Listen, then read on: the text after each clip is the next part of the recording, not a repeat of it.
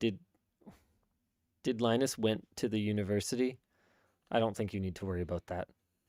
Welcome to the WAN Show, ladies and gentlemen. We've got a fantastic show lined up for you all today. First and foremost, we are going to need to address the early reviews for Intel's Arc GPUs. It is not looking good. Also, BuzzFeed News listened to TikTok, listened to us. I have not reviewed the topics for this week. Apparently that's a main one, so I guess we'll talk about that. What else we got? Also, a response to Crinacle. I hope I'm saying that name correctly, but Crinacle. And yeah, in regards to featured main topics, we're out of them now, so we're diving into the other ones, and I'm going to say GitHub Copilot. I don't know. I have a few things to say about that. It costs $10 now, or $100 a year. There you go. And it's more widely available? ? I thought sort of everyone had access to it before, but maybe not. But yeah, now it's more generally available and it costs money. That was basically the whole topic. Way to spoil No, it. there's more to it, man. We got to talk about it for like at least 60 seconds.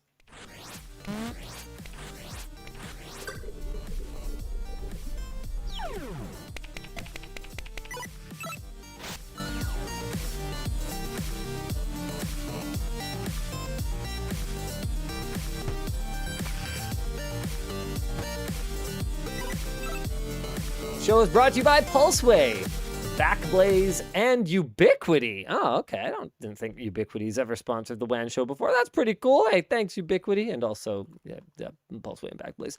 Why don't we jump right into our first topic of the day, which is that the early reviews for Intel Arc graphics are not looking good. You know, we talked about this way back at the height of the GPU shortage. We were like, man, Intel's got to ship these GPUs now, because even though we know they've been delayed and we know that they might not be on par with the best from AMD and Nvidia right out of the gate, you know, first generation woes, right? If they manage to ship something today, it's an automatic W, because the pricing for everything else is so utterly ridiculous that they couldn't possibly look like idiots. And yet their timing was like hilariously bad. Yeah. Because the market just tanked, which is great, to be very clear. Yeah, great for gamers. Not great for Intel, necessarily. Overall performance for the entry-level Alchemist GPU looks like the GTX 1650 Super or Radeon RX 6400 in most real-world tests, and it's often beaten out by its competitors. Now, strangely, it seems to perform much better in synthetic benchmarks, but unless your name is, I don't know, Kingpin, you probably don't care that much about synthetic benchmarks, and you want to play actual real games. In what appears to be Intel's reviewer's guide, the only times that this was not the case in Intel's own internal testing were Nicara Blade Point, where it beat the 1650 Super by 2 FPS, and the RX 6400 by 6 FPS, and Nizhan, where it got 200 FPS across the board. I have never heard of either of those games. You guys will have to forgive me for being such an ignorant gamer. Okay, so I'm just looking into this. Nicara or Naraka? Oh, Naraka. Sorry, excuse me. Naraka Blade Point. Looks like a very highly rated game. It looks quite... no, it's not that new. I see a Naraka Blade Point Xbox launch trailer from 1 day ago. But then it also says initial release date August 11th, 2021. So I have no idea. But I think this is a NetEase game. So I wouldn't be too surprised if this is more popular in the market that they're launching the GPU in. Mm-hmm. And I assume that might be the same with Nizan as well. Mm-hmm. So that might be what's going on. I am kind of wondering if it's performing well in synthetics, but not in games. I wonder if it does well in like research applications and stuff. I mean, I can't say anything that I know. Gotcha. All I can say is whatever's here. Yeah. So my drivers tested against the GTX 1050 Ti with their aggregate results looking like The 1050 Ti being about 77% of the A380's performance. That's kind of a yikes. The 1650 D6 being about 10% faster than the A380, and the RX 6400 being about 10% faster. Now, we should take early results with a grain of salt. Sort of, because the fact that Intel's own reviewer's guide, their own guidance materials seem to suggest that performance is going to be terrible, would add a lot of credibility to third-party testing that indicates performance is going to be terrible. Yeah, that's fair. However, it should be noted that the A380 is supposedly the i3, right? Like the 3 is the basic tier part of the ARC range. So Okay. it was never going to be competitive with, a RTX 3080 or anything like that. It's still a disappointing first outing, and honestly, I'm a little surprised that Intel is going entry-level first, given that the convention for at least the other two players in Flagship launch. this duopoly is to launch with your flagship and then follow up. Actually, AMD doesn't really have any kind of method. And to honestly, their madness, Nvidia so- launches with a flagship, but then a little bit later on launches another card that's better than it. Yeah, well, they're both kind of all over the place. But Yeah. in general, It's a big boy card. you're trying to set the tone for your new generation by launching your flagship card, taking the performance crown, looking like a big dog. Intel, meanwhile, is like, hey, we have this thing. It's Here's like, the little one. it's kind of not very good, but yeah, This is a go Team Blue. slightly Yeah. off topic, but what do you think of the naming scheme? Like the Alchemist, Battle Mage stuff. And then I think it's like sick. the numbers afterwards. You like it? The numbers are fine if they really meant anything. But as far as I can tell, okay, so A is obviously Alchemist. Yeah. Right. And as they release further series of GPUs, it seems C, fairly D, E, straightforward. F, yeah. They're going to go through the alphabet. Yeah. It's pretty clear where they're going with that. Yeah. 3, I dig it. what the only thing I don't like about the 3 is that it kind of bucks the rest of the industry's trend. Okay. Where the first number is the generation. I see what Intel's doing, where the letter is the generation. And honestly, if they maintain this naming scheme, they'll probably have a more clear nomenclature than AMD and Nvidia, who just kind of seem to Reset randomly and like skip random generations and Yeah, I mean they literally have multiple cards. AMD has multiple cards with the same 4 numbers, right? Like it's AMD-ness. It's AMD-ness that AMD used to do a March Madness promo called March AMD-ness. yeah. So I was trying to figure out how you would pronounce AMD-ness. Anyway, it doesn't matter. The point is that I see where they're going with this, but it's a little bit confusing from a consumer perspective when we have an established, okay, GPU the style. first number is the tier. So now you've got, okay, no, the letter is the tier, and then we've got the next one is, the first number is the generation, right? So now we've got the letter is the generation, and then this next number is what tier of GPU it is. And it is with the other guys that the first number is the generation, and the second number is the performance tier, the performance class. Then it gets a little confusing for me. I mean, I haven't seen the entire Arc Alchemist lineup. I don't know that Intel has officially announced the Intel Arc Alchemist lineup. Have they officially announced the whole lineup? These are apparently leaks. A350M. Hold on. Do we have just like a slide? Okay, here we go. I'll share my screen. We've got these appear to be all, oh my goodness, go away. These appear to be mobile. So we've got A350M, A370M.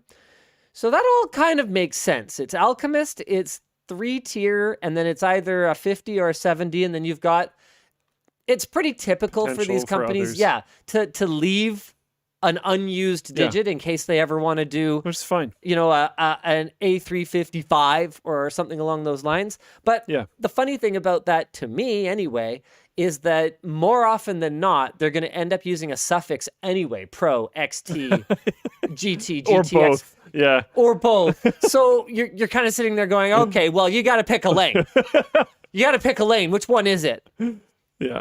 I like the numbers part, and I understand what you're saying with like the leaving the conventions for GPUs and stuff. I think you have a point there. I don't personally really care too much, to be honest. I actually really like the lettering, and Okay. I like the names that go along with the lettering. I think it's cool.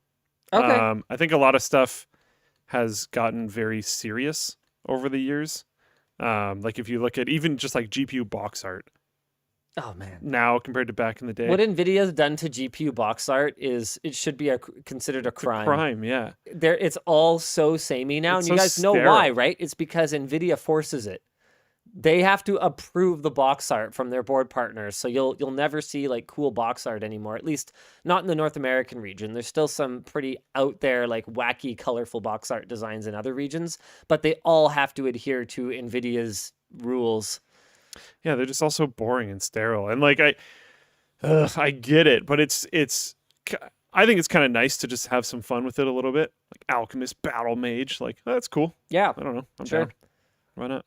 And then I like that they're just going along the alphabet because yeah, it's really clear. It's clear within Intel's own stack. Yeah. I do understand your point of it deviating from the other ones. I wonder how far in advance they've thought. Did they figure out the entire alphabet, or are they going to be like Google and sort of realize at some point, okay, we're running out of desserts here, ladies and gentlemen.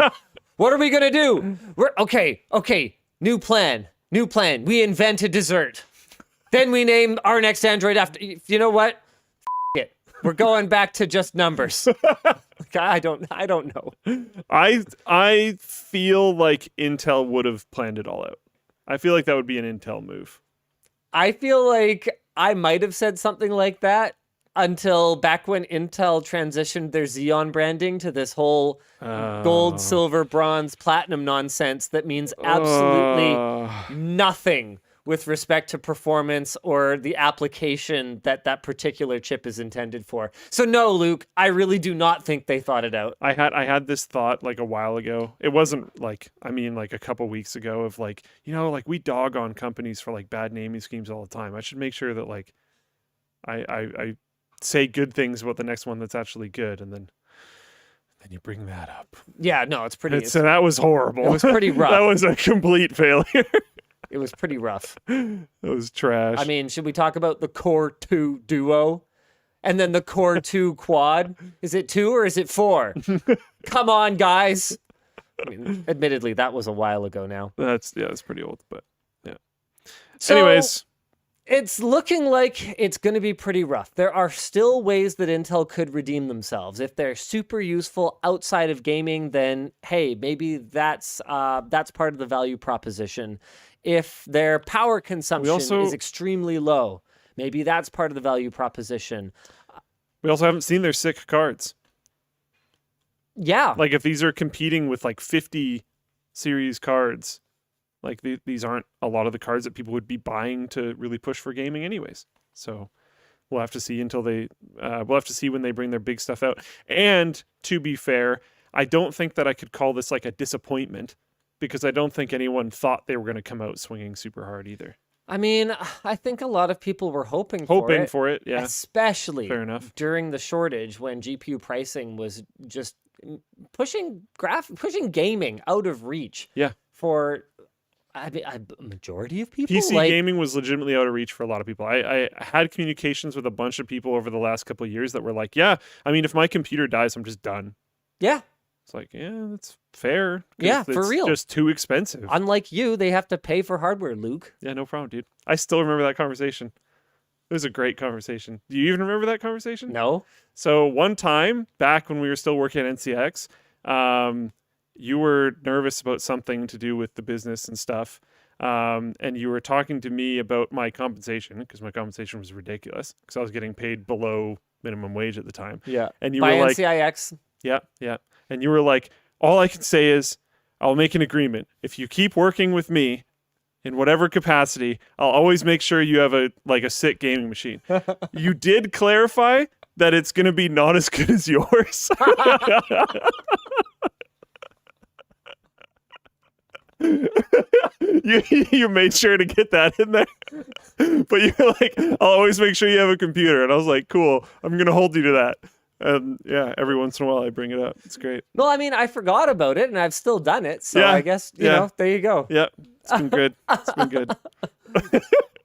I love these like ancient agreements. They're fantastic. Yeah, man, I sure agreed to a lot of stuff back then. Jeez. It's good. Another thing that we know about Arc Alchemist is that it's going to support both AV1 decoding and encoding. So it could be the only GPU you can buy today that will still be able to keep up in the video transcoding world 5, 8, 10 years from now when AV1 is prevalent. Yeah. Not now. Yeah, I mean, not now. AV1 is sort of not super relevant today. Yeah. But someday we hope. Oh, speaking of someday we hope, we uploaded a video a little while ago talking about the deplorable state of HDR support on YouTube, and I might have some bad news for you. Oh. I heard through the grapevine that might have ruffled some feathers over at Google, and that they might actually be paying attention now to the problems that have. I mean, this is the kind of That's thing. That's a good thing. Whatever. Yeah. Well, cool. I'll get to that. Oh. But it's the kind of thing that drives me crazy. Why do you need a high-profile influencer to complain about something that is obviously broken?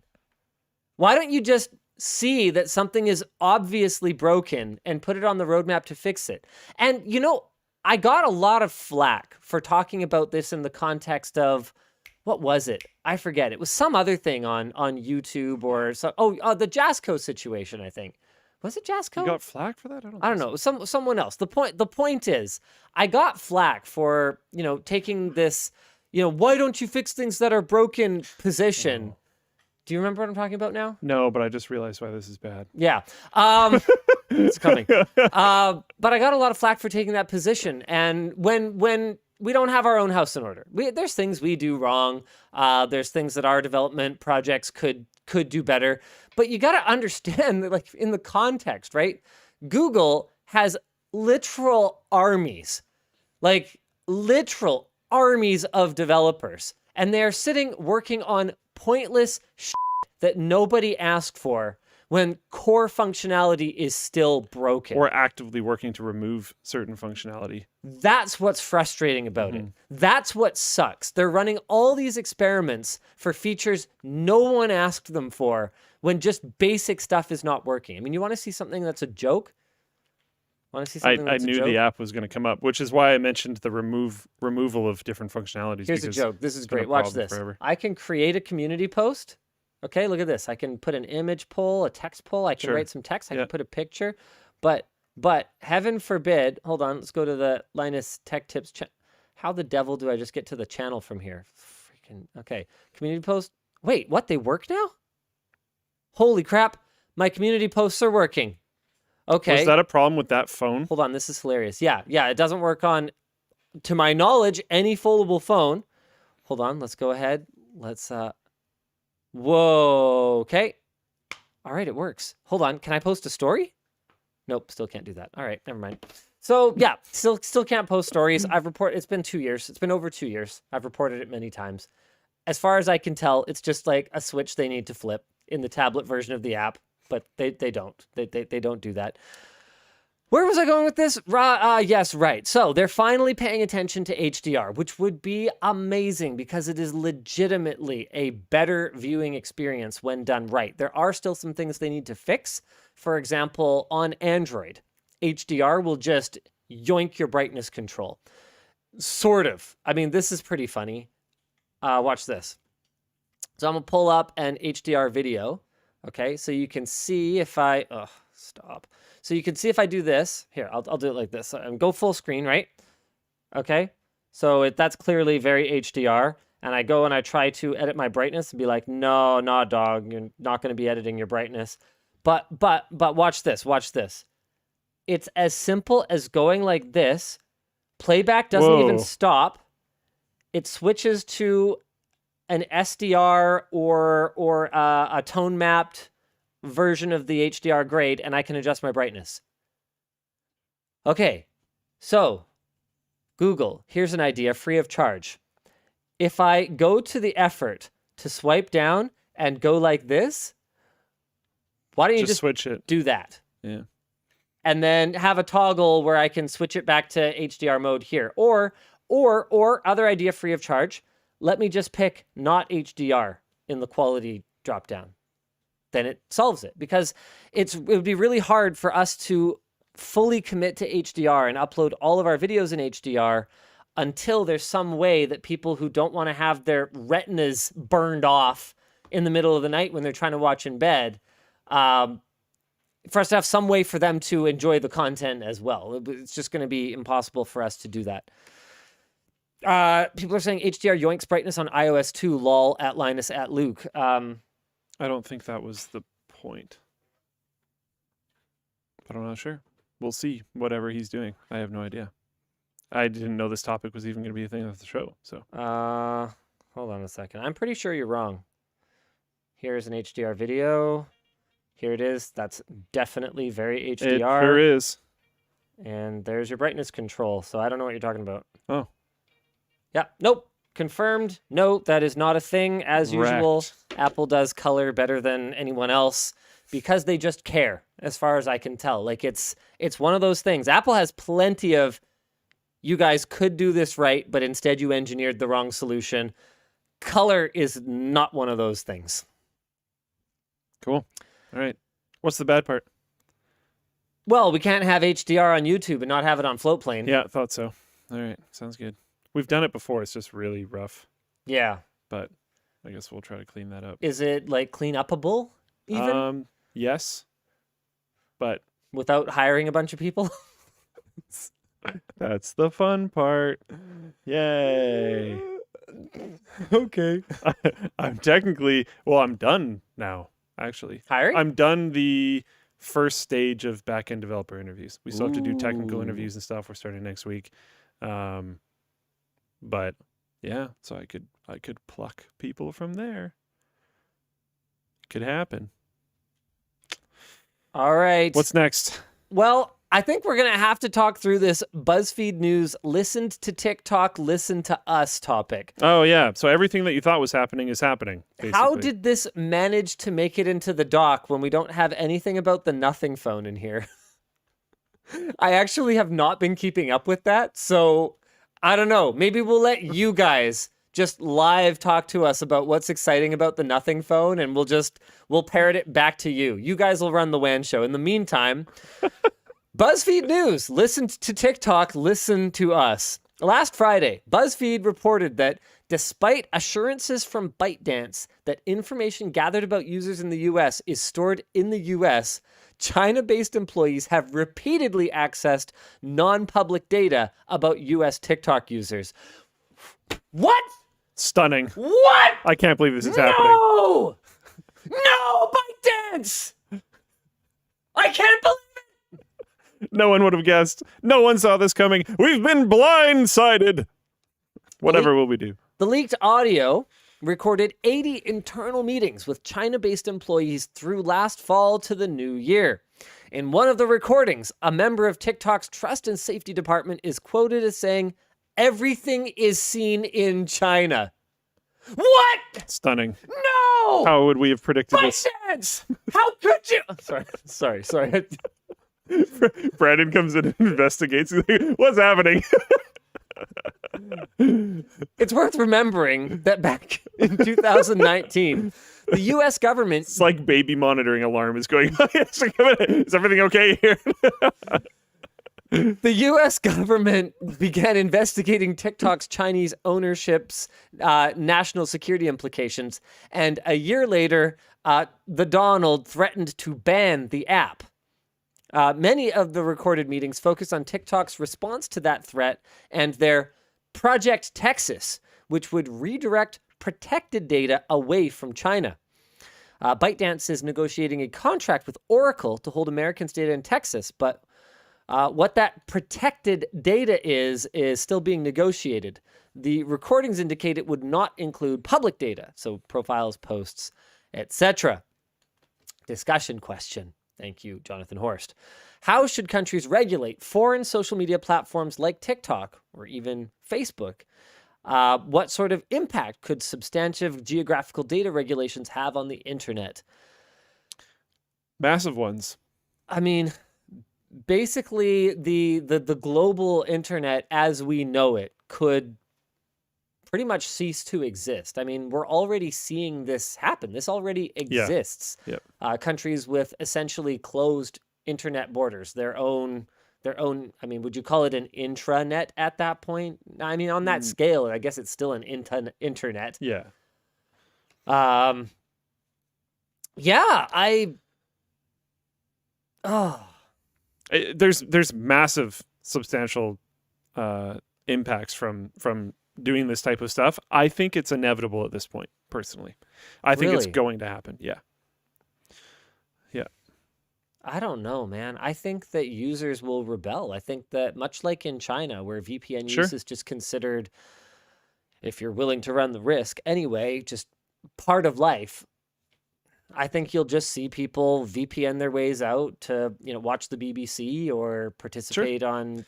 But I think there's going to be some amount of effort to start kind of setting up fences, because I think like if we look at the war in Ukraine right now, one of the most immediate responses that happened against Russia was this just volley of cyber attacks into Russia. Some coming back out for sure, but like it was definitely mostly going into Russia. Yeah. And one of the immediate threats that people were concerned about coming out of Russia was Kaspersky, right? Yeah. Russian developed antivirus software. People immediately got very suspicious of that. That's going to ramp up moving forward if I was a betting man. Right. And softwares and services and stuff developed in different countries that start becoming antagonistic with each other, whether that antagonistic nature becomes war or not. Yeah. I think it's kind of irrelevant. Like we're seeing this with China and the US right now over TikTok, right? They're not at war, but they're not exactly friends, right?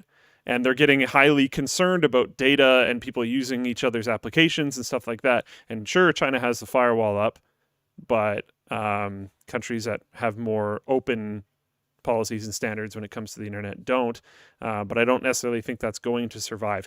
I'm not saying it should die off or it should survive. I'm not saying anything like that. I don't think it's going to survive. That's all. Yeah, Kaspersky is currently banned in the US. I think stuff like that is going to continue. I think it's going to keep going. Floatplane Chat suggests country area network. Yes, we can. Oh boy. Yeah. And I mean, we're seeing like mini versions of it, right? Like government and education institutions in Canada have to work with applications that store data in Canada. Right. Have to. Right. Which is very difficult for small startups because having like data silos in every single country you want to sell your software in can be difficult and expensive. Oh yeah, that would cost a fortune. Yeah. So like it's very difficult. It's one of the ways that like during the pandemic when a lot of things went remote, Teams like blew up. Yeah. Because Teams has this ability to have data silos in countries. They had that already because there was already these regulations in place. Just a lot of places didn't really care or use it way too much. But then when remote work exploded, Teams was already very well positioned to do that. Right. And certain other companies that didn't have that capability sort of fell off a little bit, or at least didn't have the same gain that companies that did have that capability had. Yeah, it's interesting. It's interesting. Cybersecurity is like a huge deal, and I think countries are going to start getting more and more concerned about it moving forward. You know what else is a huge deal? Our sponsors. I was going to actually get over to Store. LTTStore.com because Hey. we have some new stuff to announce this week. A lot of new stuff. Actually, a lot of new stuff. The processor hoodie is getting a reprint alongside dun, dun, dun, dun, dun, dun, the hard drive hoodie. This is a kind of fun retro inspired design. Honestly, I think that, no offense to our team, I think the color grade on this one is not ideal. It's not as, you know what, it looks better on that monitor. Maybe it's just this monitor. Okay, well, either way, it's like a very neon pink and like a very vibrant green. It's kind of very 90s inspired, like blown up hard drive design on the back. And then we are also doing a reprint in a kind of similarly vibrant colorway of the processor hoodie. These are both done on our own blank hoodies, so they have like the French terry interior, really nice, really comfortable. Both of these are print to order, so if you order it, it'll take a couple of weeks while we print them. ShortCircuit hoodie is in stock. Those ones ship immediately, assuming you don't have anything else that is print to order or back ordered on your order. And we are launching not one, not two, notebook designs. Oh. That's right, notebooks. Check it out. So the LTT logo one that Luke has there, let's go ahead and, we'll go to Luke Cam. Nope, Luke Cam. There we go. Sup, Luke? Hello. Oh, wow, you get the whole unboxing experience and everything. I didn't actually want to rip it. It's kind of cool little paper. You can save this for gifts. This is something that was pushed really hard by Sarah. So it's she's really into actual paper. This one's kind of the RGB LTT logo design. If you want to, I don't know, like flip through it, it's I mean, it's paper, all right. You have your different RGB like little page savers. Yep. It's lined. Yeah. There's a lot of pages. I find a lot of notebooks don't come with this many pages. How it's like 234 pages or something? Yes, 234 numbered pages, 4 index pages, 3-page markers, and it's 100 GSM lined white paper. This one, though, is my personal favorite. I'll get you to open up this one. Okay. This is the modern paper notebook. What makes it modern? Hold on, you got to show them the front. You got to show them the front. Oh, yes, very modern. Much electronic. There we go. I had to catch it in the light properly. Sarah's also a huge fan of spot gloss. So if you ever see spot gloss on our packaging, you'll know that she advocated for it. Whatever. I'm ripping it. It's all right. No, you're good. You're good. The paper was made to be ripped, okay? Okay, so if I take the little cover off of it, you can see, hopefully. You're going to have to catch it in the light again. Yeah, you're going to have to work pretty hard to catch that one. It's sort of showing up. I swear to you, in person, it's pretty obvious. It's very obvious because it's embossed. Indented. Yeah, there we go. But you can clearly see there's even like the power buttons and stuff as if it's a tablet. Hold on, I'll just switch to my screen here. So you guys can see on the back, we've got the logo, the camera. On the front, you can see the power button or lock button or whatever else. This one's like a matte finish. There you go. Looks a little something like that. Hold on, I'm going back to the Luke Cam. Oh, I'm trying. Yeah, so this one, like the pages on the inside, the lines and stuff are. Oh no. Okay, so once you get to the pages that you write on, like the standard pages, the lines are black, but on the index they're orange. But they still have the the little tablet markings on them. Oh man, you guys really. It's kind of hard to see in that camera. Yeah, well. It's very obvious in person. Yeah, wow. You really it looks like I'm holding up a blank page. Yeah, it gets washed out by the light up here. Emperor's New Clothes. No, I swear there's a tablet in here. Okay, and this one has the 3 ribbons as well, but they're like LTT colors. Yeah, they're gray, black, and orange. Yeah. That's cool. So we've got 2 different versions of the notebook, and in other news, we've got a crazy promo that we're running right now. All remaining stock of the Stealth hoodie, the original Stealth hoodie, all remaining stock is 50% off. So don't take my word for it that this is a pretty wild deal. We don't do these kinds of discounts very often. Yeah, what's with that? We have 1,800 units in stock, and we need to clear some space because we got some new stuff coming.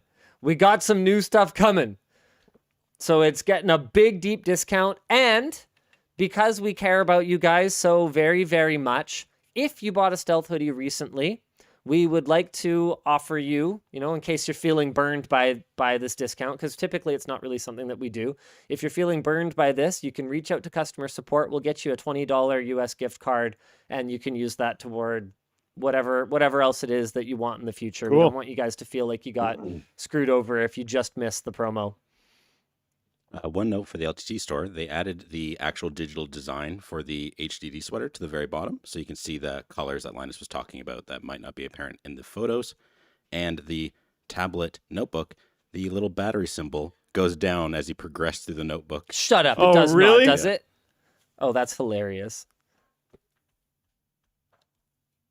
Oh my, it totally does. Whoops. That's going to be impossible to show. There we go. Whoop. It's just that in the corner. Oh, yeah. Okay, very cute. But yes, that's going to be impossible to show. Yeah. Okay, here's there you go. That's what it looks like. Yeah. That's the vibrant version. That's what it actually looks like in person. So, all right. So lots of stuff. If you guys are thinking, hey, I'll just wait and I'll pick up one of those stealth hoodies later, I would advise you not to do that. We sent out a tweet yesterday, so you're probably sitting there going, it's okay. They've got 1,800 units in stock. We sent one tweet yesterday, and that's how many we sold. Oh, wow. Okay. So is it 1,800 minus that? Mm-hmm. Okay, so there's nowhere close to 1,800 left. No. So we sold 500 yesterday, and so far today, as far as I can tell, with no additional promo, Unless someone picked them up in the last another minute. 330 are already gone. So it's 1,800 minus almost 800. So if you want to get one, now's the time to get it. Let's move on to another topic, shall we? Yeah. Do we really have to talk about the voice cloning feature from Amazon Voice cloning Alexa? feature. Oh, This is really uncomfortable is- for me. very creepy. I do not like it. Do you want to not talk about it? I can fire through it if you want. Yeah. Well, no, I'll talk about it. I just don't like it. Yeah, it's weird. Okay, so new Alexa voice cloning feature was shown off at a June 22nd conference in Las Vegas. I think it sounds like you have to queue it, like you have to ask for the voice in your request. So as an example, there's a child asking Alexa, "Can Grandma finish reading me The Wizard of Oz?" The device confirmed as Alexa, then switched to a different voice. The Alexa team apparently developed a model that allows its voice assistant to produce a high-quality voice with less than 1 minute of recorded audio.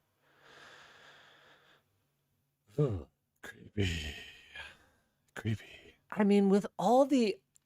It was, what, 2 years ago that we did that video where we deep-faked me and used an AI to create a voice print and had it host the video. Okay, when we did that, there was a whole consent process. I had to sign that they were allowed to use my voice in that way. Like there was a lot of concern about the way that technology like this might be used. And now it's just a feature in Amazon Alexa? Yeah. How did we get from here to here? I think there's huge issues with like not to like go down a dark path, but I think there's huge issues in regards to like obsessions and like stalker mentality stuff. Yeah. I didn't even think of that. Like it's 1 minute of any audio and then they can reproduce whatever from it, right? So if you want to be super creepy with your favorite streamer, Can I have Luke read my fan fiction? you could have them read you like think about what it could read you, right? And this says in here, finish reading me The Wizard of Oz. There's probably forms of like erotica books that you could have it read you, and you could probably have it read you those books in someone's voice that you don't necessarily have permission to use. To be And there clear, are- I don't know that for sure. I don't know that Alexa will. This I is mean, a lot Alexa of won't even assumptions. swear, so I don't know. Maybe not. Maybe Sure. Alexa's kind of a prude. I don't use Alexa. But either way, like it doesn't have to be something like that, right?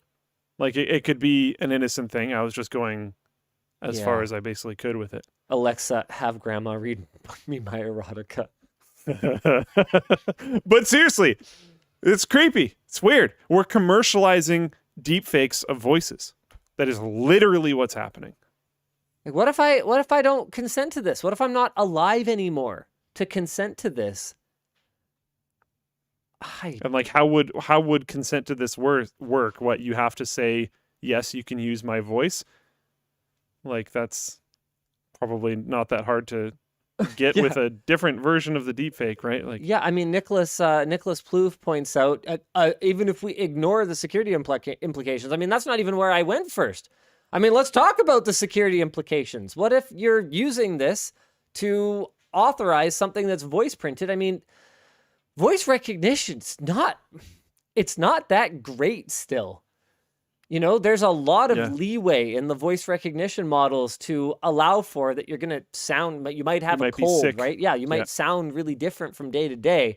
So it being played by a speaker versus coming out of your voice face hole, I don't see how they would necessarily be able to tell the difference. I mean, we've seen facial recognition security measures on mobile devices be fooled by simple flat photos in the past.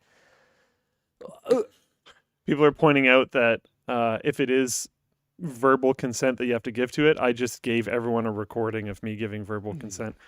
So there you go. I mean, I'm not saying Hitler was right. Nice. Now there's a recording of that too. Perfect. Okay. This is maximum creepy. It's a meme. Okay, it's a meme. Yeah. Oh, I didn't even realize we had to address that, but that probably makes sense. You never know. Some people might not have known. Yeah, totally. That's a good idea. In Australia, we have voice authentication for government services, says Jack of Gamers. That's terrifying. That's terrifying. Because you can queue up commands, right? Like, you can tell these various devices, whether it's Alexa or Google Home or whatever, to say a phrase when you do something, right? Yeah. So you'd be like, so-and-so, say the thing. And then they would like say a specific queue of words, most likely.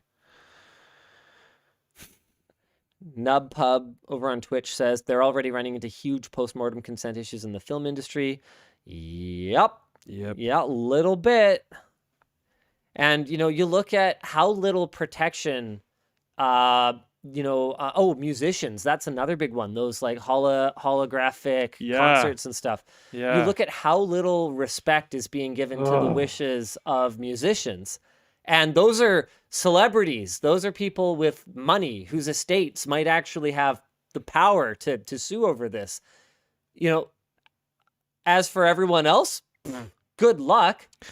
Iceberg and Floatplane Chat says the social engineering potential is also scary. That's what we're saying. That's literally what we're saying. Oh, I hadn't even gotten there yet. I was still just talking about fooling a machine an automated thing. Yeah, an automated system. Yeah. No. Yeah, there's a whole other level of fooling actual people.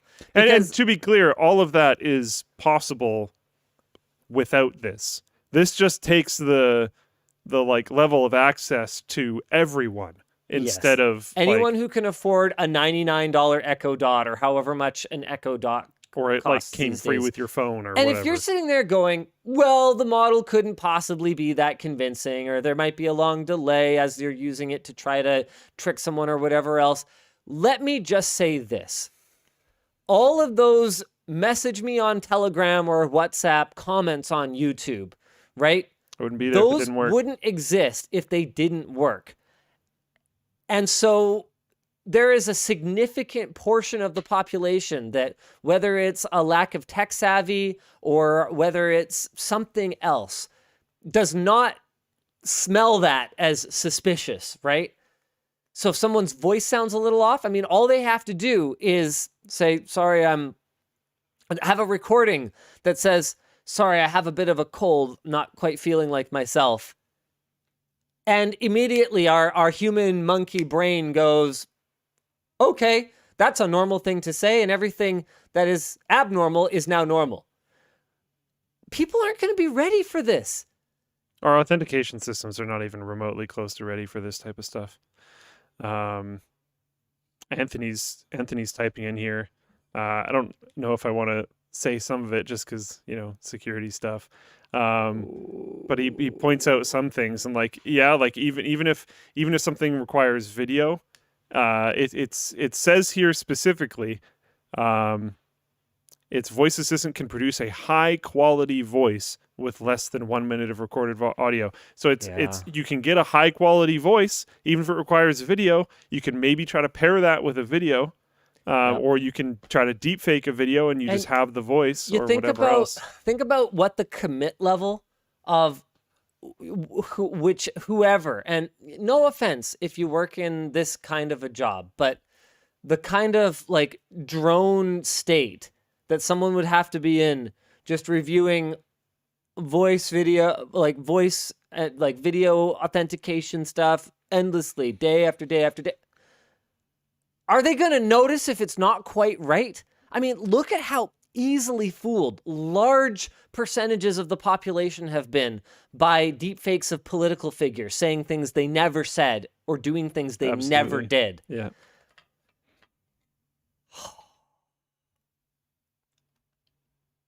Terrifying. Lapsed Memory asks, wouldn't this fall afoul of some states' voice recording laws? I don't know. Maybe.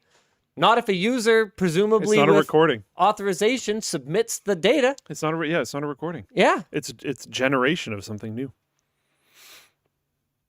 I don't like it. Me What I neither. do like is telling you about our sponsor. Hey, let's go. The show's brought to you by Pulseway. Imagine having the power to remotely manage all the devices on your network with just your voice. Oh my God.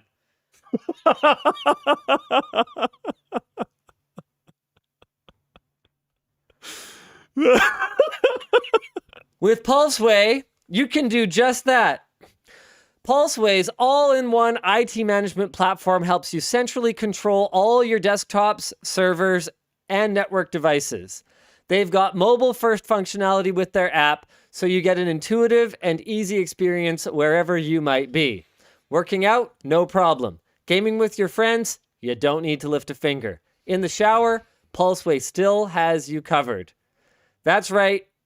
You can troubleshoot running a script, remotely connecting to a system, resetting a password, building an automation workflow. You can troubleshoot all of that and more with a simple voice command or straight from the phone app.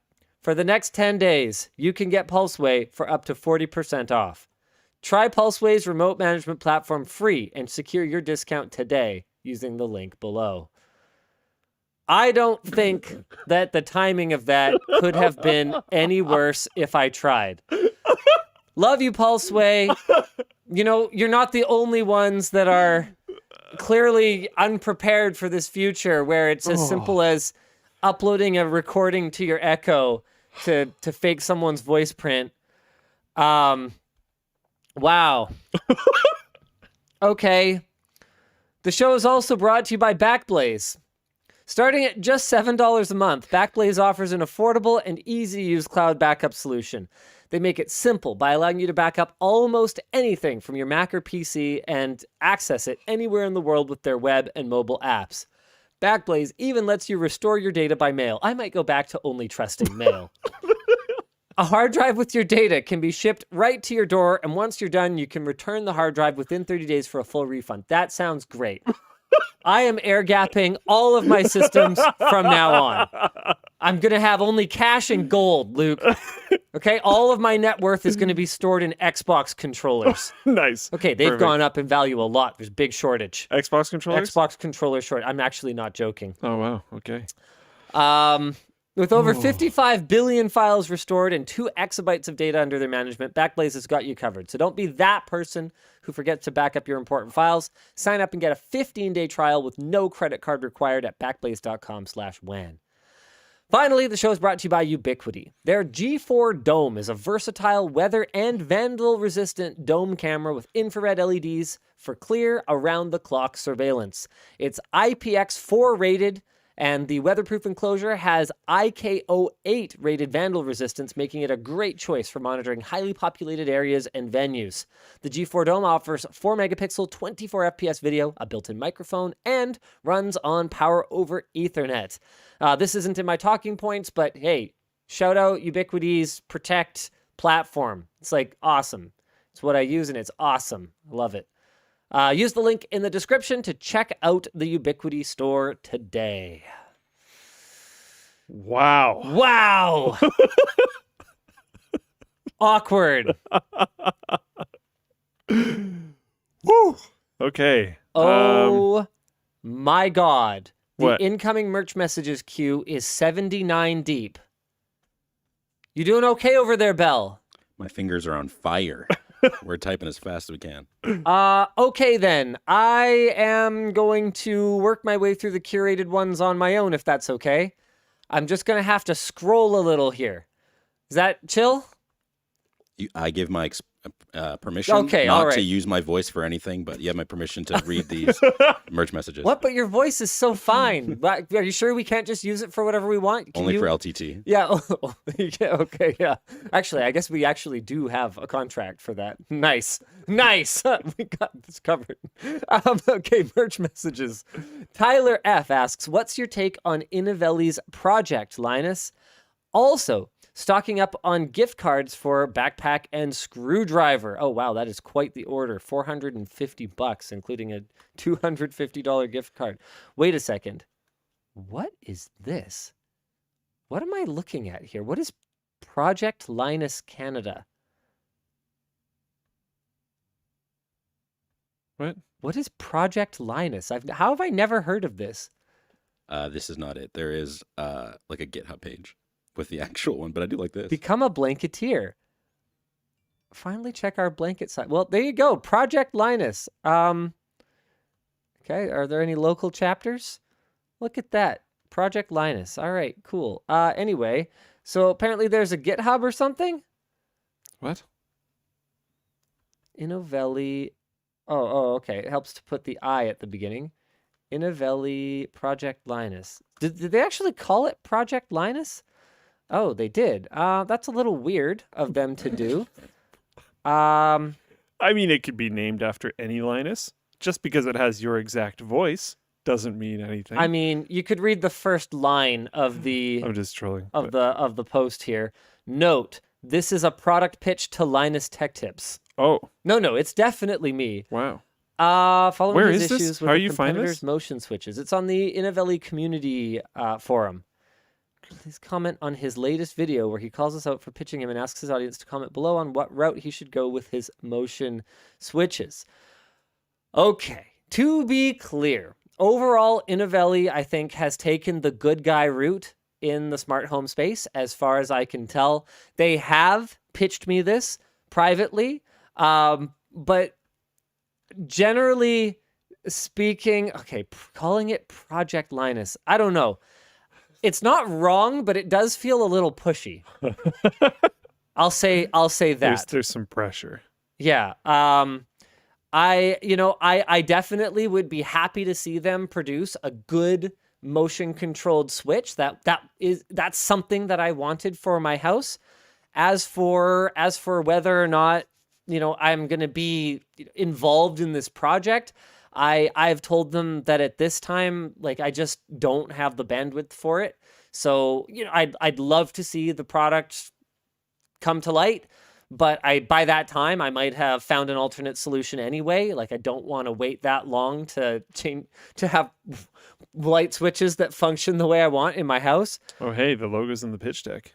That's where I'm at on Inovelli's Project Linus, as it is apparently called. I mean, it's not like I can control the use of the name Linus.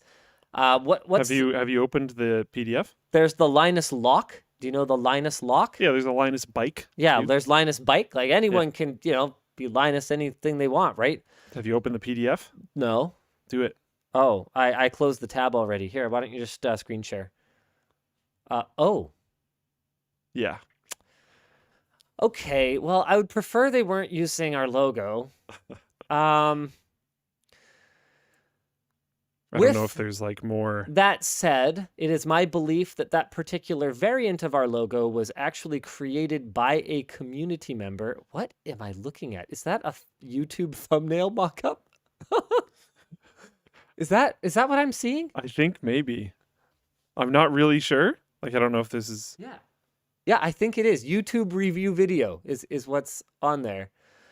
Okay. Well,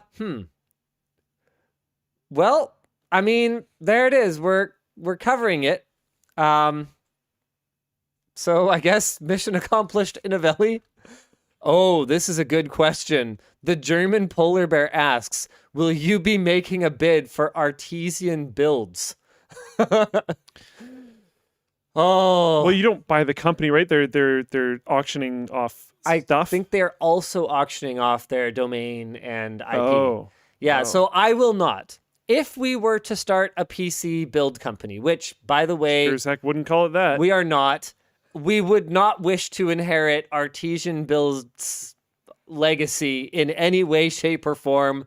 We would really much rather just start our own company. I'm thinking Linus PC Co. Because Oh my goodness. I'm completely devoid of any creativity. Pretty much. Actually, I think we have a name for the LAN event. Yeah. Okay. I think we actually do that. Guys, I'm pitching it. I'm pitching it here.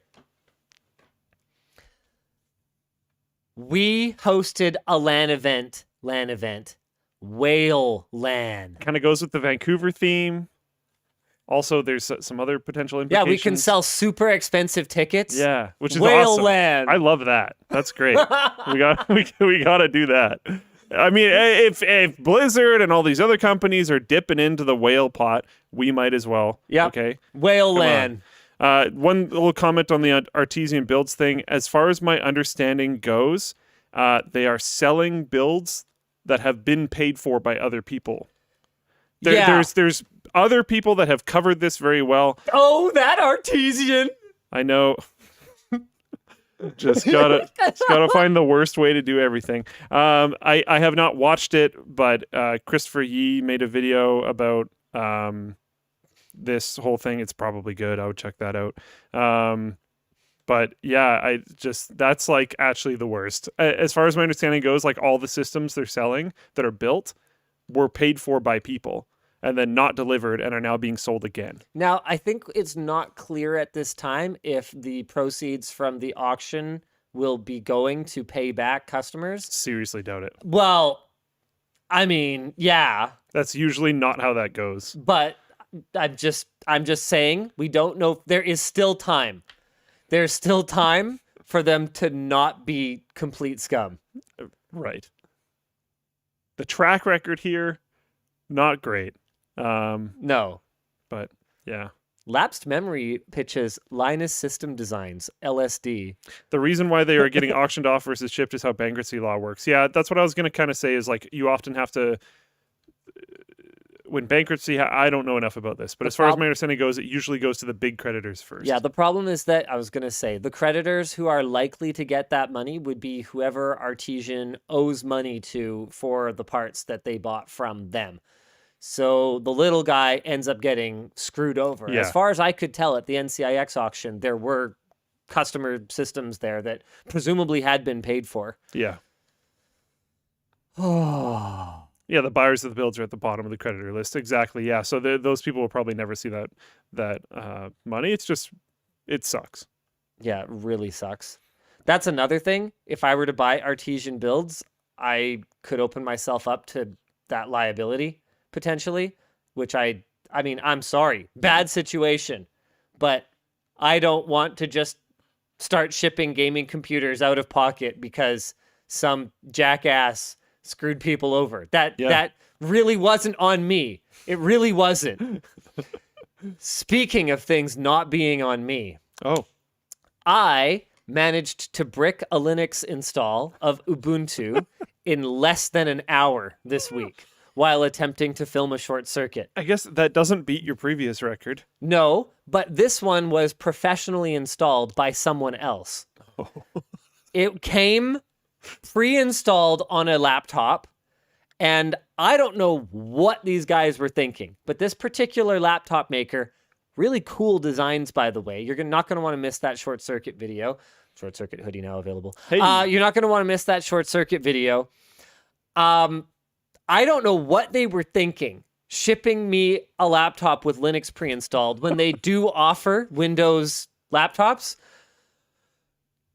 I swear to you. I swear, I cross my heart.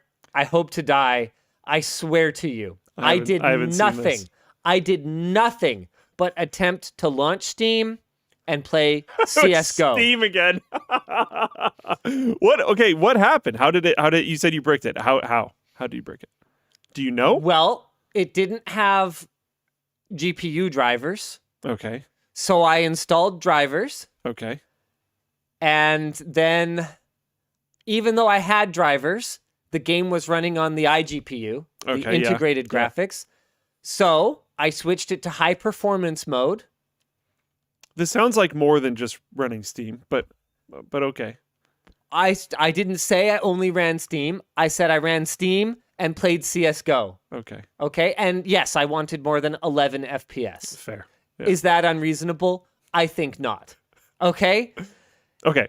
After I switched to maximum performance mode, I was prompted for a restart, which is definitely a thing, Linux people. Linux does need to be restarted. So many people were on my case about that. No, like Windows, 200 days up to, yeah, whatever. There's probably some way to do it without a restart. I'm sure there is, but okay. It's probably way more convenient to just restart it. So I was prompted to restart, and it never turned on again.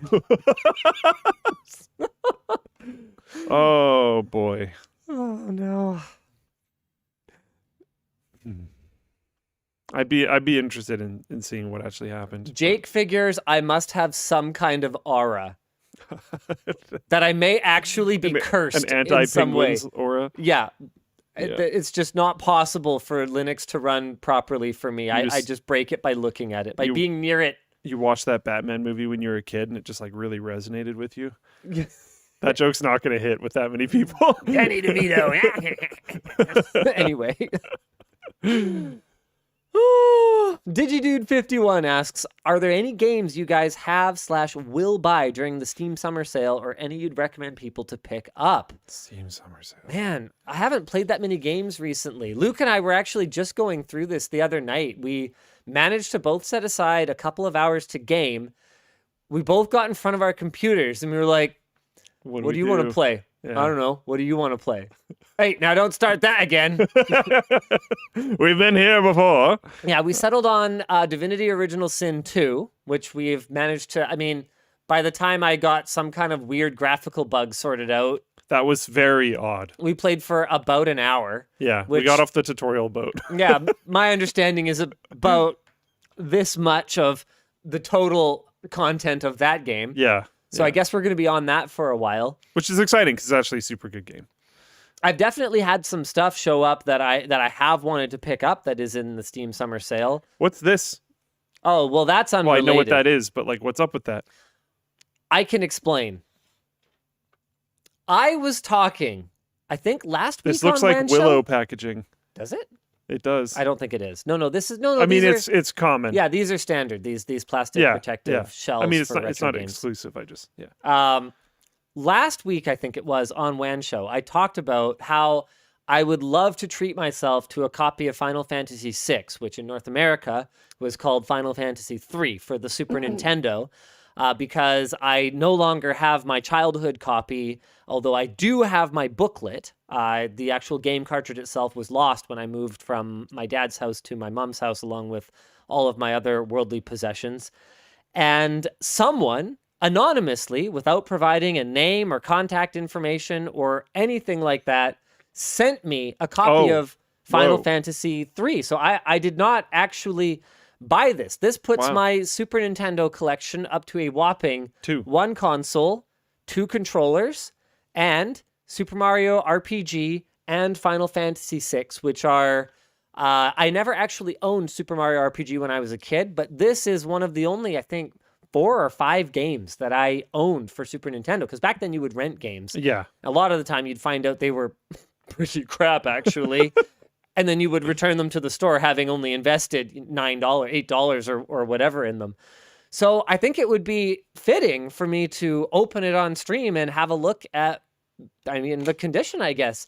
It seems like, based on the state of the outer box, it could be a complete in box. It's not like a mint condition or anything, like nothing too crazy, but this is, if everything's in here, this is worth like $300. It has been loved. Oh wow. Yeah. I mean, that makes sense. It's a incredibly legendary game. Magitech has been reborn, and the end of the world is near. I remember as a kid thinking the design for Mog was so cool, and I thought this knife was like the coolest thing I'd ever seen. Oh, whoops, wrong one. There we go. Linus Cam. This knife going through as the T in fantasy, and like, oh, I loved it. Have you ever seen any of the like manual art or anything like that? Nope. I never had played this game. The only Final Fantasy I had growing up was on PC. It was Final Fantasy VIII. The worst one. And it was like a 6-disc set. Okay, it's not the worst one. I'm just being a hater. I liked it. I enjoyed it. But I didn't play the other ones, so I don't know. Oh, wow. I don't know if this is complete. I don't know if to count as complete, it has to have like the little Nintendo, slip in there or anything like that. But it has the map. The map is always my favorite part. I lost this so early on when I was a kid because I just was always... So cool. Oh, okay, the map is not in perfect condition. Is it 2 different maps or is Nope. it in half? Nope, the map came apart. And I guess at this point, you're better off leaving it ripped than trying to tape it back together. I don't know. But I spent so long just looking at this and reading the manual. Because you got to remember, when you're a kid, you're not allowed to play games all the time, right? Yeah. So when you're not allowed to play games, you just sit and like fantasize about playing your games, and playing your game. Yeah. So we got the World of Balance on one side, World of Ruin on the other side. The World of Ruin really was, man, such a weak point for this game, in my opinion. I feel like on the one hand, what it was trying to do was really cool, being more open-ended and exploratory. But because there's a particular order that you really need to do things in order to not get your ass kicked, and there's not really a ton of guidance for that, I felt like it was not a great gaming experience. Instruction booklet. Oh man, this takes me back. I do have mine, but I haven't looked at it in a long time. Man, remember when instruction booklets were cool like this and just full of all this like concept art? Like because you wouldn't know looking at the sprites that's what Celes, I don't even know how to pronounce it. There's no voice acting, right? Was supposed to look like. You wouldn't know that. You would only know that from looking at concept art. And it's like that's what Magitech armor and Terra is supposed to look like. Okay. Like it's kind of cool because, yeah, sure, the graphics are so bad because they're like sprites or whatever. But your imagination runs because you've seen stuff like this, so you start imagining what other things look like, and yeah, I don't know. Yeah, it was more akin to reading, I'd say. Yeah, absolutely love it. So thank you very much. So there's people are like, OMG, stop touching it. I mean, guys, it's not a mint condition copy or anything like that. I don't think I'm knocking too much off of its value right now. Besides, isn't that kind of the point? I am also a very on the side of like you should use the thing, I know a lot of people are like, no, leave it in the box forever, never look at it, never do anything with it. I'm like, what's the point of it then? There's one that is in I would say not as good condition with the same amount of completeness, with 8 offers on it right now on eBay for 500 Canadian. So yeah. All right, well, I'm putting that back in the enclosure. There's certain parts of the box, like the corners on this one are more worn, but then the other one has like dents that aren't on the corners. Should I bring up your screen? Sure. There you go. This is one that I'm looking at. This is in the C stands for CAD. This is in Canadian. That one's also tested working. I don't know that this one is working. I haven't tried it yet. Fair. But yeah, you can see like even if it's not working, it can be fixed. But I would imagine from a collector perspective, if you have to fix it, it's maybe worth less. I don't know if you would even know if the soldering was done really well. But yeah, see, like along the flat parts, this one has a little bit more damage as far as I can tell. That one just has slightly more worn corners. I don't know what is worth more or less. Yeah, I'm not an expert when it comes to this stuff. For me, it's not about it's not the sort of thing I don't know, maybe I eventually would have treated myself to one, but it's not the sort of thing that I'm gonna, build up a huge collection of SNES games or anything like that. But it's still, I mean, it's the kind of thing that I'm gonna put on my like display wall behind where I'm gonna be streaming at the new place. So I've got a bunch of mementos from a bunch of the stuff that I had in my attic, pretty much.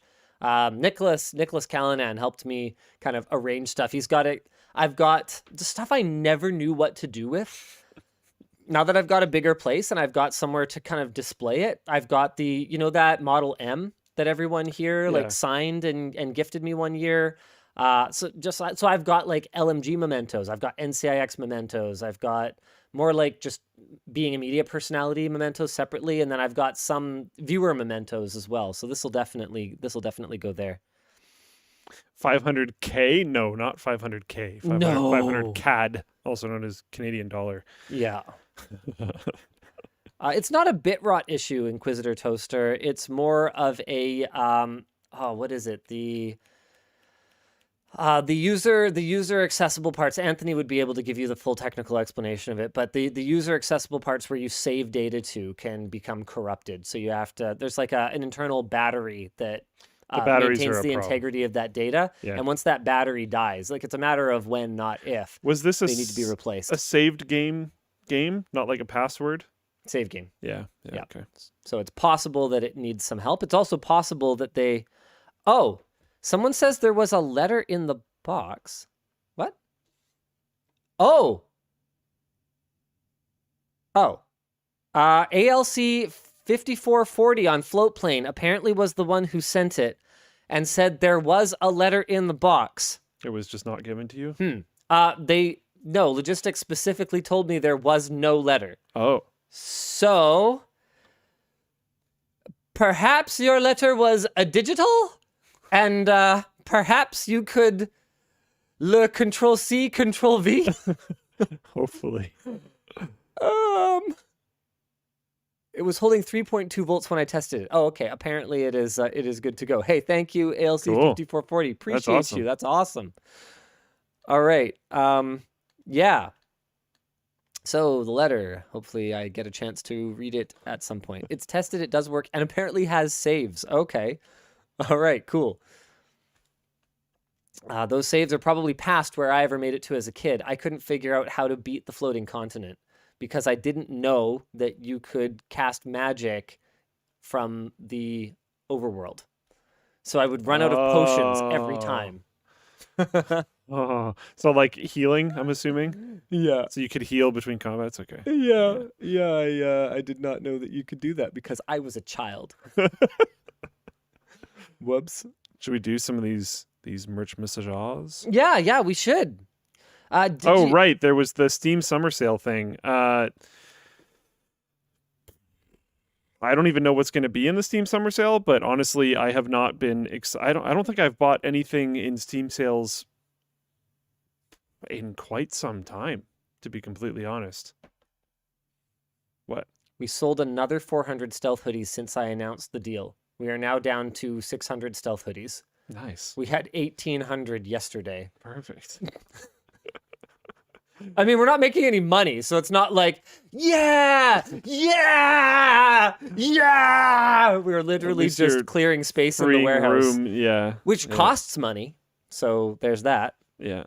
Conrad mentions Final Fantasy VII R. I'm assuming he means like remastered. Yeah, is but that not the all Pixel the parts one? are out yet. No, it's not the Pixel remaster. Okay. Not all the parts are out yet. I want to play them all at once, so I'm just not gonna do it. Slay the Spire, is that gonna be in it? It sure is. I'd buy it twice if I could. Slay the Spire is amazing. I've put a ungodly amount of time into that game. FTL, if it goes up for sale, I would highly recommend. Great game. We're playing Divinity Original Sin 2. That's a fantastic game. On sale though. Is the Steam Summer Sale even going right now? Yeah, there's deals. Oh, I didn't even know it was live. There was something in my like Trello list of games to play that I looked at. I was like, holy crap, this is like 70% off. Should I buy it? Yeah, remember I was telling you. This is like way on sale. Should I buy it? Yeah. And then I was like, there's a lot of backlog things. I still haven't played The Witcher 3. That's gonna be the next game I play on Steam Deck. I'm gonna play through Witcher 3. Okay. Yeah. Nice.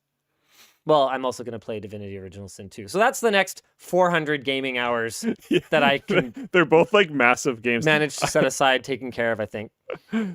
Yeah.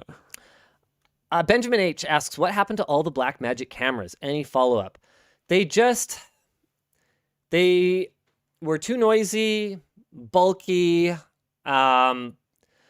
We had an opportunity to get rid of them when there were camera shortages during the pandemic, which to my understanding are still not fully resolved. So what we decided to do was get some Sony cameras for our for ShortCircuit, which I don't think we even have all of them yet, but get some Sony cameras for ShortCircuit. We're using all of our old Canon C200s for all the different views here. Boom, Luke cam, boom, Linus cam, boom, wide cam. And then that's it. So I think we're using FS5s and, FX6s. Sorry, FS5. I was thinking different Sony cameras. FX6s and then, oh lordy, I can't remember the models. I don't care anymore, but Sony cameras now. FTL is 75% off. Get it. Do it. Daniel C. My wife and I need a new mattress.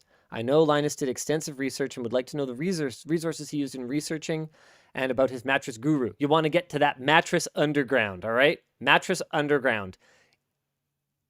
What rule of the internet is it? Where if it is a thing, there's a ridiculously, unfathomably large community of people who are unimaginably into that thing, okay? So that's mattress underground. They're super into mattresses. And you can learn what you need to know there. You can find a place to get a good mattress. I can't promise it'll be cheap, but what I can promise is that you will learn a lot. Joshua Caro asks, hi Linus, throughout the run of LTT, has there ever come a time when the channel got jeopardized, as in a strike or warning or something similar on the channel? Or like an all is lost moment? I would say that Sort of. there were some really scary moments when YouTube was telegraphing that they were not going to allow third-party brand integration in videos. I mean, you guys have seen How Does LMG Make Money? We've done that video a couple of times now. That is a huge portion of our revenue. It's a huge part of what's allowed us to hire people and build facilities and buy equipment. Without it, we would not be, I mean, we'd survive. We would not have the kind of amazing world-class team that we have today. So that was a really scary moment when we got kicked off of the Amazon affiliate program. That was a super scary moment because that was a more significant portion of our revenue at the time. The reason for it is that we felt allowed to promote it. Nowadays, we just are super quiet about our Amazon affiliate links just because we don't want to get kicked off of it again for promoting it wrong. So there's that. Oh man, what else has been really scary? Beginning. Yeah, the very beginning, we were almost out of money 6 months in. We didn't have, VC funding or anything like that. Yvonne's bank account was literally our funding. And we never did miss a paycheck. We were never late on a paycheck, but it was close. I even meant before that. Oh, Almost didn't even get it. right. Yeah. When we almost didn't get the channel from NCIX, It was 11th hour. It was literally the night of December 31st. Yes. And LMG was supposed to begin operation. I no longer had a job at NCIX starting January 1. And the owner of NCIX had not signed the deal selling the channel to us yet over a dispute that admittedly I played a role in. I had effectively bailed out of school and no longer had a job either. And I think Ed was in a similar spot. No, Ed was just doing an internship with us. He could have gone back to school at the time. Okay. He never did manage to make it back, but he could have. Yeah. That was a tense moment. Yeah, you had probably the most on the line out of all of us. I did. Which is sort of terrifying. Yeah. Why on earth did you do that? I don't know. It's kind of stupid. Am I that charismatic? Like, I don't think so. What did you believe in? I've actually reflected on this multiple times and tried to figure out like what the hell I was thinking. Because I was doing really well in school and then basically tanked it all to make less than minimum wage for some weird YouTube channel that when I started, if I remember correctly, had like 60,000 subs. But I mean, I saw the trajectory while we were working there, and something that I had kind of assumed was like, yeah, it's going to be super rough and maybe there isn't money from Yvonne to pay for paychecks, but we'll probably figure it out. If we don't get the YouTube channel, we could start another one. Right. And like, it would have been slower, but I was like, I've gone this far. Right? Like, Sunk cost fallacy, basically. I think a lot of it was that, yeah. Because at the beginning I was just like, oh, well, I want to do this. And then the 4 to 8 hours that we had discussed initially became significantly more than that. Yeah, per week was the plan. That was the original plan, and then became more than 40 hours. But I wanted to do it, and then I started noticing my grades were slipping, and I was like, okay, but this is a potential maybe career path. I'll try to juggle it better. I mean, I think both of us like to think we saw web media coming hard. Yeah. Like it Come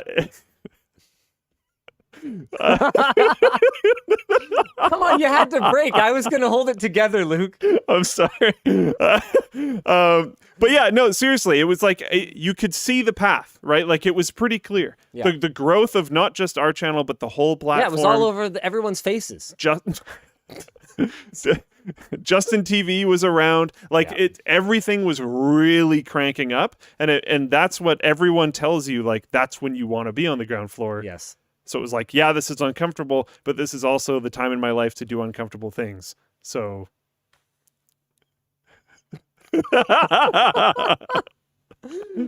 Oh boy.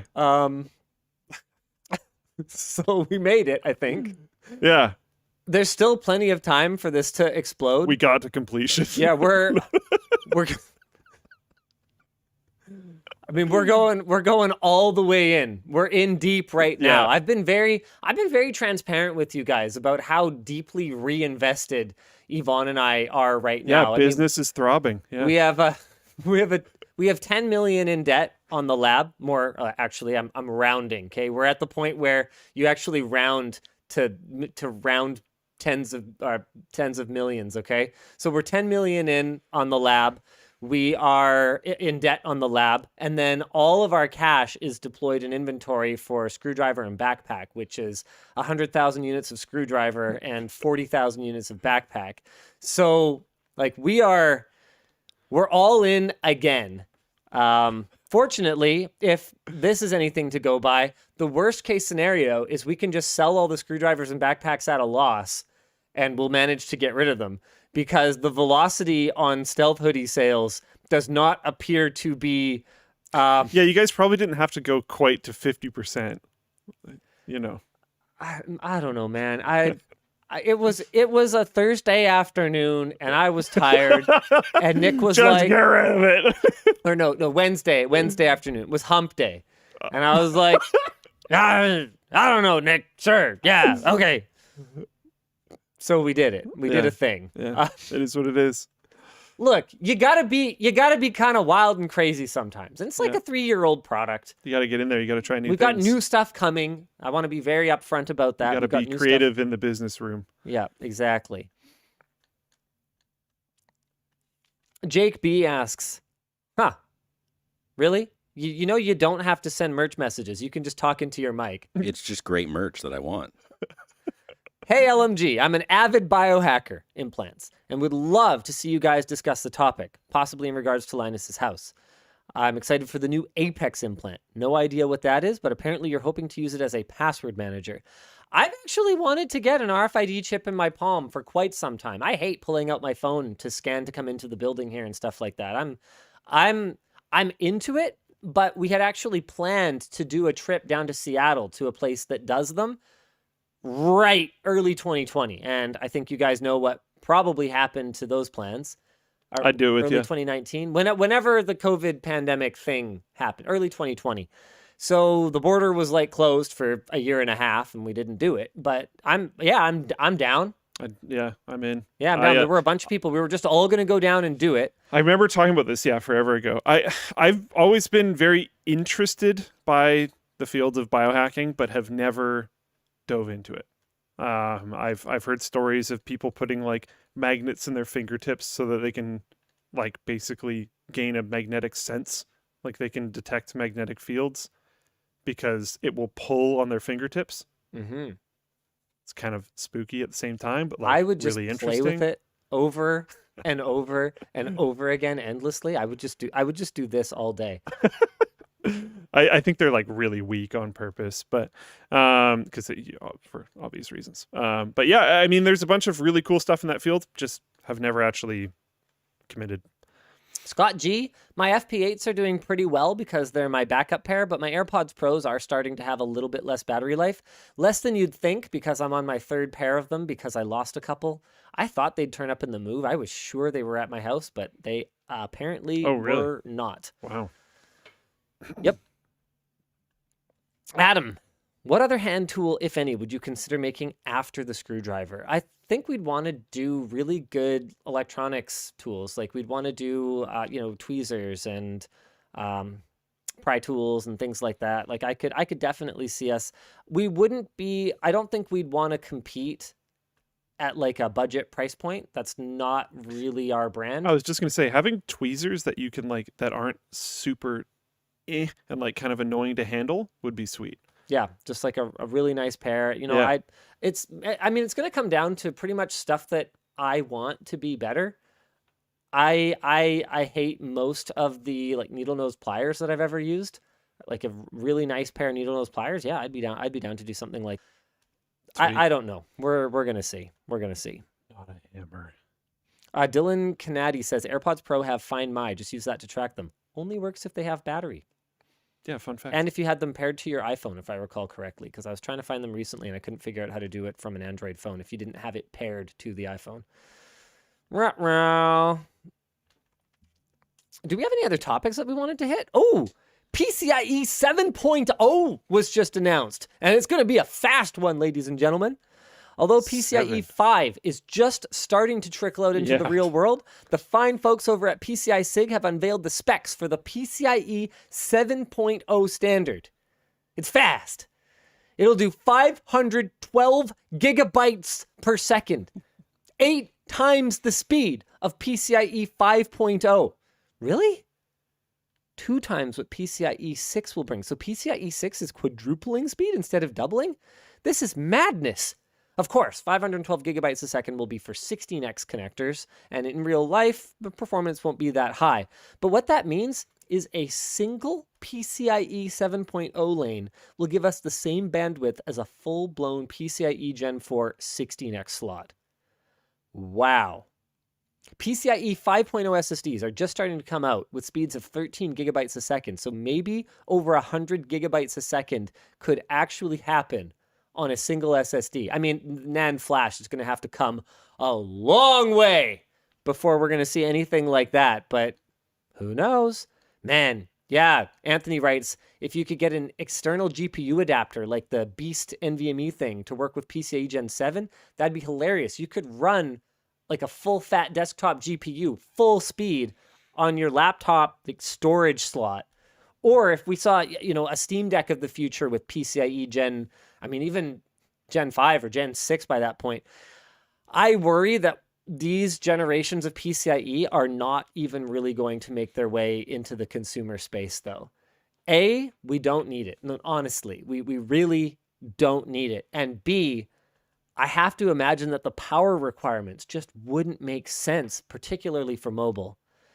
I mean, yeah, Moore's Law, blah, blah. We're going to see more refined process node technology, but you got to remember, guys, as we get more power efficient, like Gen 4 controllers are also going to get more power efficient. So it might just not make any sense. I mean, we've already seen multiple mobile platforms not carry the same PCI Express generation compatibility as their desktop counterparts from AMD. One of the things too is like by the time we might need it, say we go like far enough out in the future and something crazy requires that type of stuff, there's probably going to be Gen whatever the heck way beyond what we're currently at. So yeah, I suspect the consumer space will skip quite a few. Gremlin Injector says, Linus, this will improve efficiency. Imagine a CPU that only needs 4 PCIe lanes. I mean, I guess we'll see. We'll see. That's a good comment, actually. Are you better off with more lower power lanes or fewer higher power lanes? Will consumers revolt when an Intel or an AMD releases a platform that has fewer lanes than the previous one? Because so far that hasn't been the trend. I don't know. Someone brought up that we have not addressed the responding to Crinacle topic. Oh, right. That's a whole big thing. It's big. So, Sam, our audio engineer for Labs, is off probation now, so I can call him out by name. Oh, and by the way, Crinacle, we also haven't received our 5128. We shot our video with a rental. So, after publishing our head and torso simulator video, Crinacle had some thoughts. Who is Crinacle? Crinacle is the man behind In-Ear Fidelity, one of the most comprehensive IEM and headphone databases on the web. He's one of the most prominent creators in the audiophile community and is well respected and very knowledgeable. His channel's great. If you guys want to go subscribe to him, Crinacle Plus, especially since he had to restart his whole channel after losing it. Oh, YouTube support was apparently useless. His video complements our video quite nicely, filling in technical information gaps in our video that our audience, we felt, might not have been interested in, since this was an LTT video, not an in-depth deep dive on what could in the future be a lab-specific channel. You got to remember, you can't just publish any old thing you want on any old random channel and expect it to perform well. You have to try to meet the expectations of your audience. Regarding our video, Crinacle said that our current audio product reviews are kind of low level. It's fair. But he thinks we're heading in the right direction and looks forward to our development. He hopes that our influence will be good for the headphone industry in general. He also thinks we made the right choice in Head and Torso Simulator. That's good to know because it wasn't cheap. cool. Yeah. He said our hats video was largely accurate, but a little dumbed down to fit the mainstream viewer. You are right. I cut out so much stuff. First, Sam cut out things knowing that it was headed to LTT. Then Adam, the writer, cut out a bunch of Sam's stuff knowing that it was headed to LTT. Then I took much of what Adam preserved and cut it out because we were trying to address a more mainstream audience.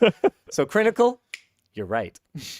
He thinks we could have gone with a more cost-effective solution, but given our resources and ambitions, he understands our decision. Yeah, we don't want to around. Like, that's just not what Labs is going to be. Does have advice and concerns for us. Don't waste time on certain tests and measurements that, although they might be a staple of audio/headphone measurements, provide little useful information to the user. Examples include total harmonic distortion, time domain measurements, impulse response, waterfall plots, etc. Got it. Don't abandon this headphone database project after a while like some other websites have, like headfi.org. Instead, build a thorough and comprehensive database of headphones and continuously update it. Make sure it's feature-rich and has powerful and flexible comparison tools and functions.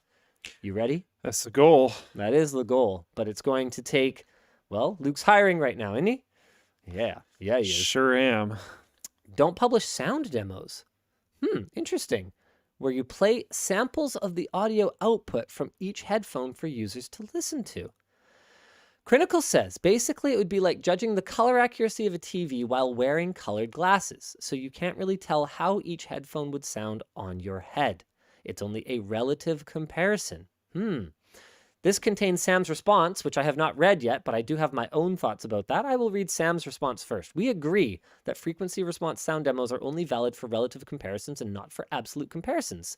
This makes frequency response sound demos quite confusing for the uninitiated.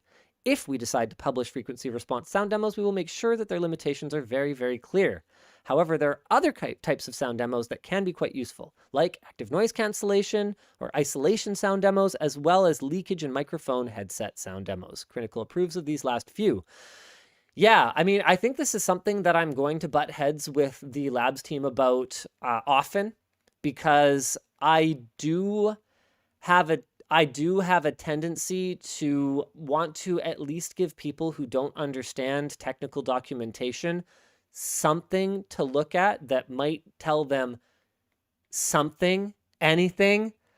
And in some cases, you can run into a situation where a product is so clearly, obviously worse than another one that even a recording on a crappy microphone played through YouTube compression on dollar store earphones will tell you that this one is clearly better than the other one. Garbage in, garbage out.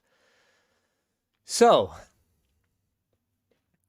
I know that there will be situations where we are going to publish sound demos. For example, fan noise is something where quantitatively you can turn it into a numerical value. You can represent it that way. But qualitatively, it's very difficult. And so I feel as long as we have a very consistent way of collecting those sound demos, there's a value to that for the end user. Is there, so something from my side would be like, Labs is trying to be as hardcore and objective as it can be. Is there value to the, not everyone's going to understand this, but like the like science, local science museum, I was going to say Science World, but we can apply it to whatever one you have. You know how you can like walk up and press a button and it like will give you like a kid's level understanding of something? Like, is there value to that? Like, could we give people audio samples and just have like very blatant warnings and be like, this is not objective? I think that it could be valuable for things like, you know, this is what a more bass heavy headphone might sound like. Or if we were to do something like a guide for how to wear your headphones properly, which is a big deal.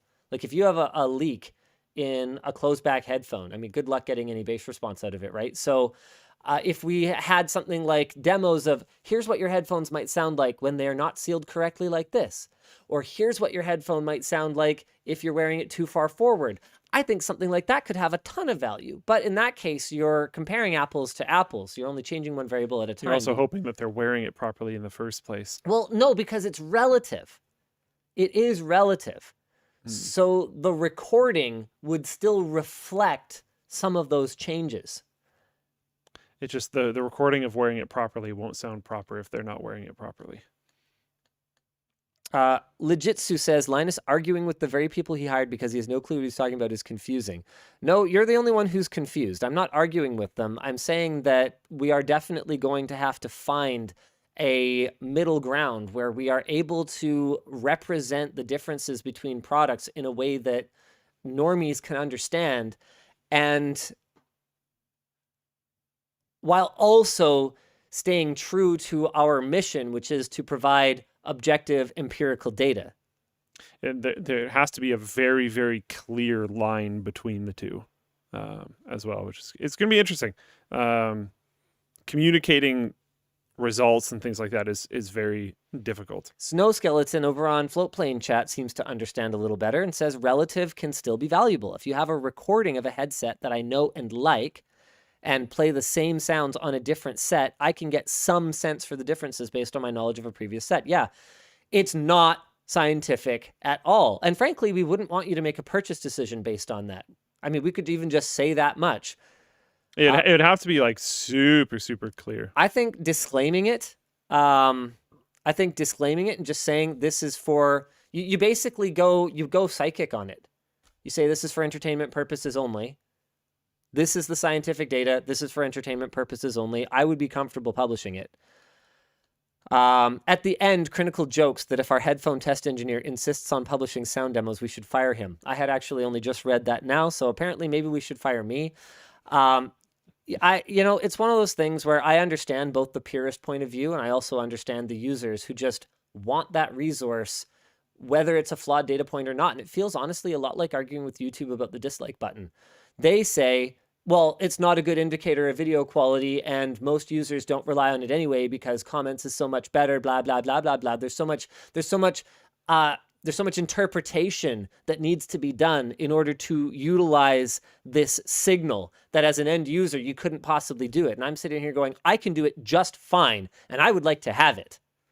I'm the end user. I'm the customer. I said I want it. And so there's a push and there's a pull, right? We have to push what are the right measurements and what are the right means of representing the differences between products. But users are also going to tell us what resources they want. And it's very clear from chat that they want that resource. And again, we can do a lot in regards to segmenting it, making it very, very clear, like, okay, this section is for entertainment purposes only, like you said. This is the actual, like, proper data, dividing it all up. Yeah. See, Legitsu says, I would rather be presented with hard scientific data that this headphone is better than that headphone and let the subjective part, which would be me, the subject, make the final decision. But it doesn't work that way. So again, you don't understand. No single headphone is better objectively than another headphone. You because also don't have to go through the entertainment only section. You can just read the hard facts section. Which is true.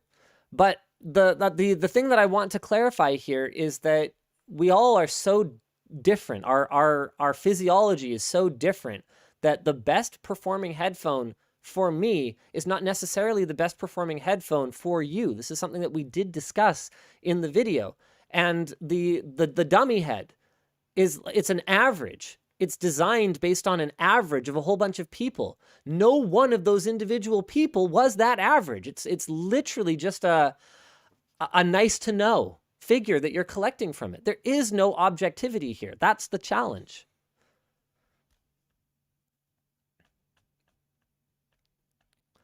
Note from Bell. This week's Short Circuit will have labs notes in it. Ooh, really? Or this weekend's Short Circuit. For the Mercedes EQS, we have labs notes on the speaker system. So if you want to see kind of how some of it will be presented and compared to other products, that will be an option. That's fun. Cool.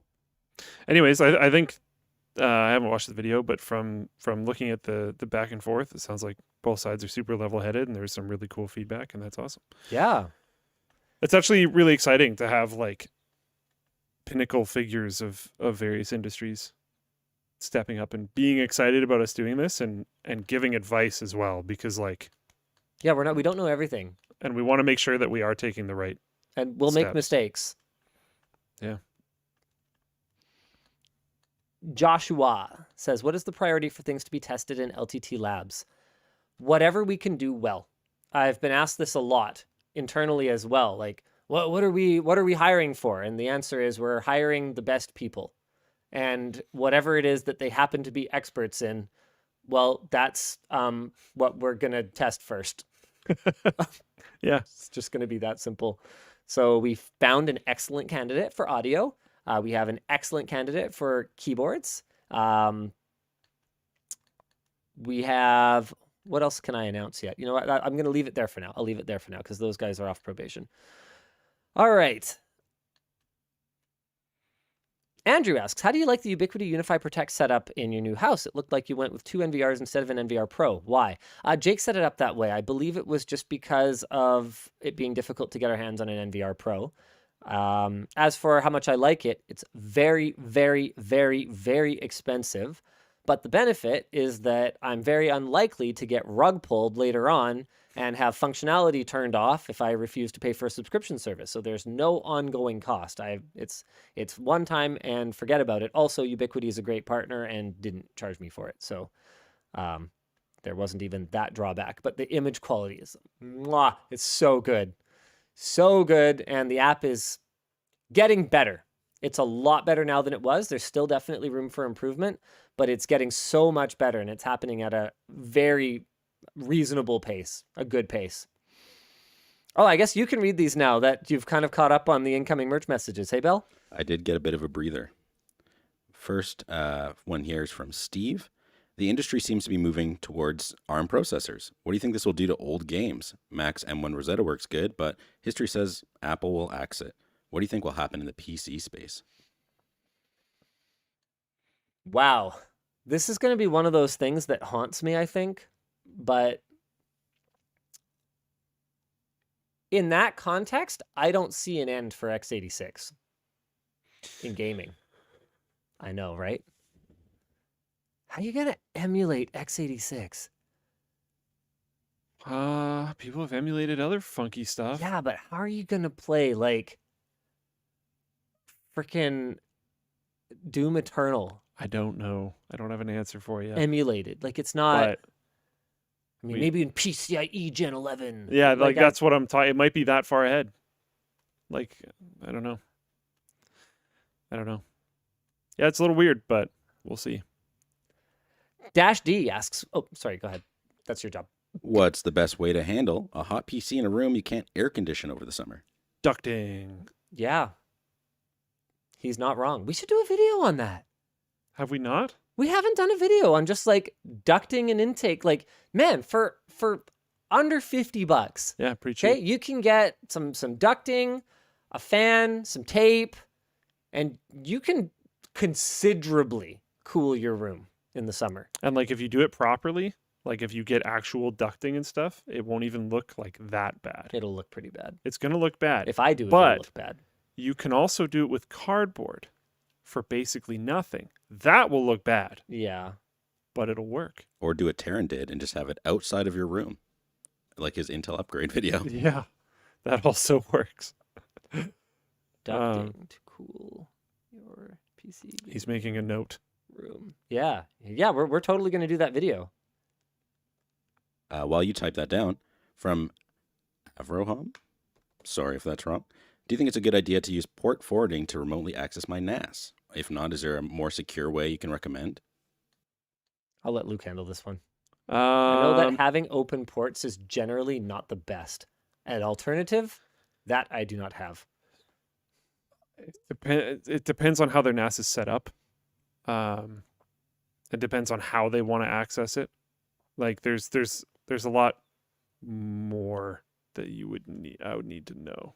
Yeah, try posting in our forum. We Yeah. have a lot of smart people that will definitely help you out. Yes. From Samuel, But yeah, probably not the ports. But yeah, like it's.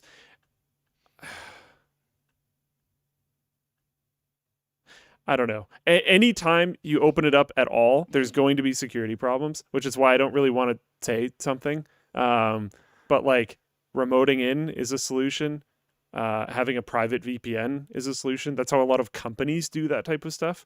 If you're comfortable with setting that up, then sure. Yeah, I it's just- definitely more secure. My hesitation there was if you didn't already know that, it might be hard. But there are guides on how to do that stuff. I think you guys even have one. Yep. So maybe watch the LTT one. Last I looked at it, it actually looked like it was still fairly up to date. So maybe check that out. But yeah, most companies do VPNs. And whatever you do, don't take advice from YouTube chat where Mr. Sharples over there says DMZ the NAS. Nice. Let's go. Let's go. Please no. But yeah, it depends on what you want to do with it. I would argue, like if you're trying to play music on your phone anywhere in the world, it might need to be a little bit more open.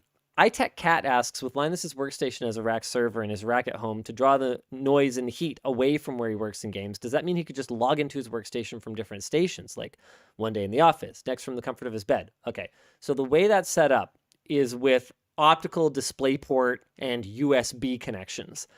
For that reason, yes, I could access it from anywhere, but only wherever I ran optical DisplayPort and optical USB, because otherwise I am limited by the bandwidth. And realistically, it's not really a bandwidth limitation; it's an encoding and decoding performance limitation of Ethernet, right? So typically, when you remote into a station, at best you're doing like maybe 60 megabit per second if you're using NVENC for encoding. Yeah. And it's costing you about a frame at 60 FPS of time for that encode and decode process, plus network transit time. So it's going to be blocky. You're not going to have support for advanced features like VR or HDR or anything like that. So yes, you can access the station from anywhere, but that's basically parsec. So at home, what I'm doing is I'm using USB and DisplayPort and Thunderbolt to have it be exactly like I'm sitting right in front of it. There's no additional latency and no quality loss. So it's a pretty different solution. Tony B in Full Plane Chat said, if you do use a VPN, still secure the service as if it was exposed to the internet. The VPN is an addition to that security, not in place of it. So that's what I'm kind of saying. Like the second you start accessing it remotely, you open yourself to security concerns. It's just how it be, my dude. So yeah, I'm not saying you necessarily shouldn't do it. But yeah. from Eric, what happened to the $1 million computer series? Jake was busy helping me finish my house. So Are they going to ask for it back? yeah, it's going back at some point, but Jake needs to finish working on it. I think he actually did put some work into it this week, but Nice. He's been covering for someone else this week as well, so I don't think he put in as much work on it as he wanted to. Hopefully, we'll shoot another segment next week with like some actual benchmarks. From Alexander, how have the creases been on your fold? I have mine, and it's getting horrible crease marks, and the screen protector they say not to remove is starting to tear and crease. Funny you asked. Luke, what do you see at the top of my screen? It's starting to bubble out. Yep, this just happened. You can actually probably see it from there. Yep, it just started to separate in the last maybe couple of weeks. So it made it a long time. I didn't even think the screen protector was removable, to be honest with you. I thought it was a permanent part of the display, but it appears to be not, because you can kind of see it coming away at the bottom here too. Mm-hmm. That's pretty rough. Should I try and peel it off all the way? Are you able to do that? I remember hearing very early on in this device's life that people didn't realize that it was actually like a part of the screen, and they peeled it off and it broke things. I thought that was the second gen one. Maybe. I don't know. Actually, can't remember. Twitch chat obviously is like, yes, now. Yeah, I think I'll wait for someone a little more level-headed to pitch in here. Do we have the new thing? The polling system? No. Oh, all right. Well, never mind. People are like, yeah, float plane's like, no, do not. Web version's done, but There you we go. need Stop. No, it's not removable. Don't. Well, Need that to sucks release the then, mobile because it's going to get to the point of not being very pleasant to use. Like, this is clearly visible.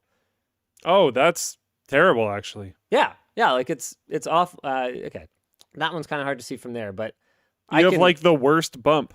Yeah, I can. It's it's like having an awful notch. Yeah, or notch. There we go. Yeah. If you do it on stream, all right, forget it. I mean that for sure on that one. From Michelle, Linus, do you still like the unified doorbell you had installed at your old house? Yes. How was the latency? Do you have any experience with any other smart doorbells? I don't have experience with other ones, but what I know about the Unify one is that it doesn't upload the comings and goings at my house to anyone else, and I like that. The latency is, I don't know, it's usable. Usually I can catch people before they leave the door, but as always, it depends on your mobile data connection.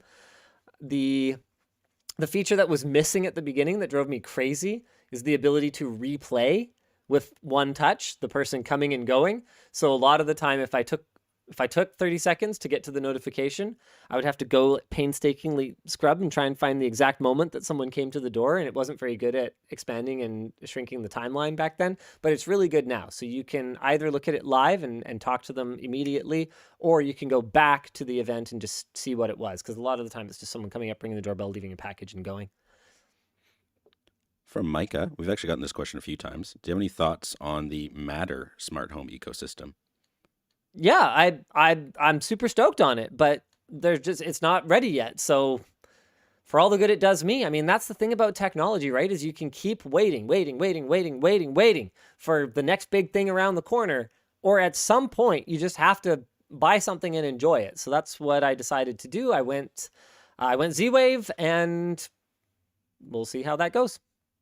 Yeah, there was a question in here that I don't know what happened to it, but it was asking me if I would ever consider building a mineral oil machine again. And I wanted to address that because I'm still thinking of ideas, but if my name ever gets drawn in the Intel Extreme thing, I was thinking of making Linus build another mineral oil machine as a joke. I've been actually considering it just because I think it would be so funny. We have the facilities to probably do it as well as Puget or better now with the workshop and everything. Like, it could actually be pretty sick. So I've been considering it, but like I'm far from dedicating to it. And I mean, my name would have to be drawn, and there's kind of a few people that work here now. So my name might just never be drawn. So it might also just not happen. Yeah. Yes, definitely do that, by the way.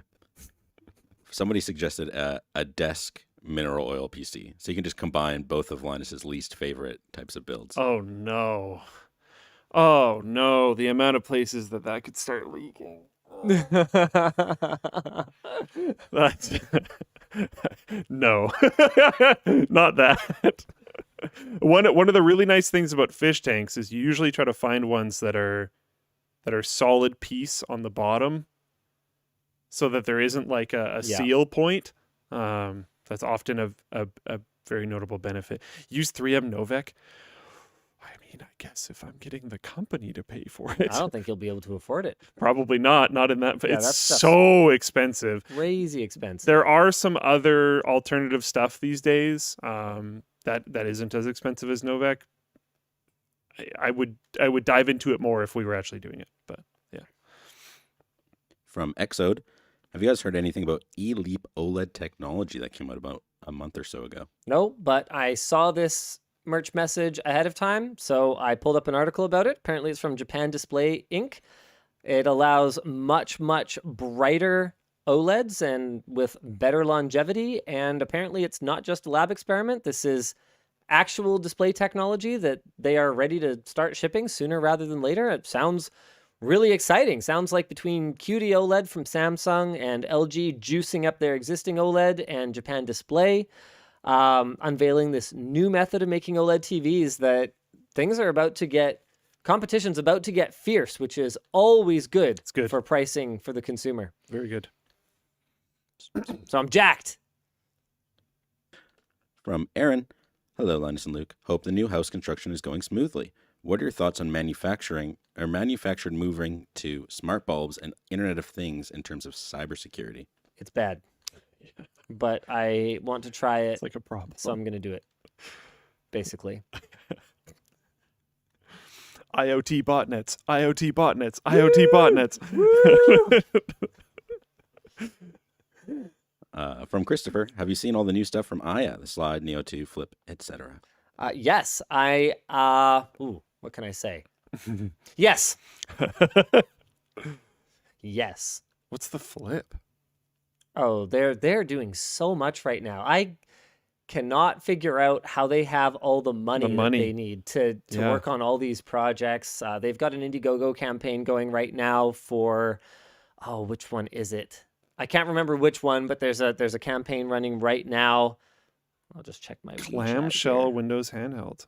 Interesting. Yeah, they've got some really cool stuff going on Is right it now. dual screen? I'm not seeing very good pictures. Yeah, the Air is the one they have an Indiegogo campaign. It's funded already.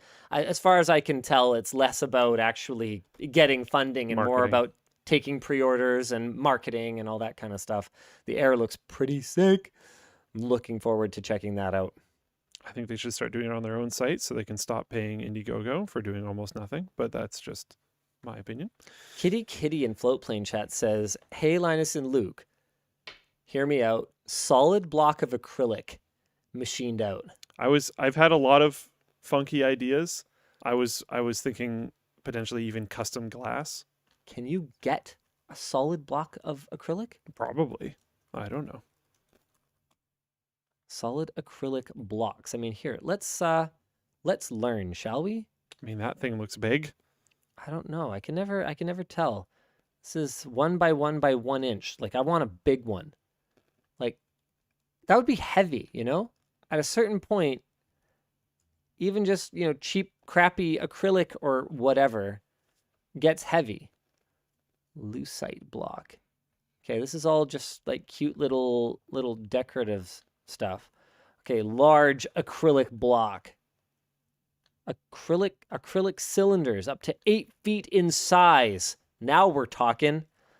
Oh, nope, that's not quite what I had in mind. Okay, then. I don't know what came up. Acrylic blocks, outwater. Okay. Well, those are like windows or something. Clear extra large block. Well, clearly this requires a little bit more work than what I was willing to put into it live.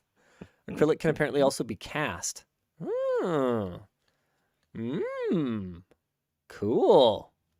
All right.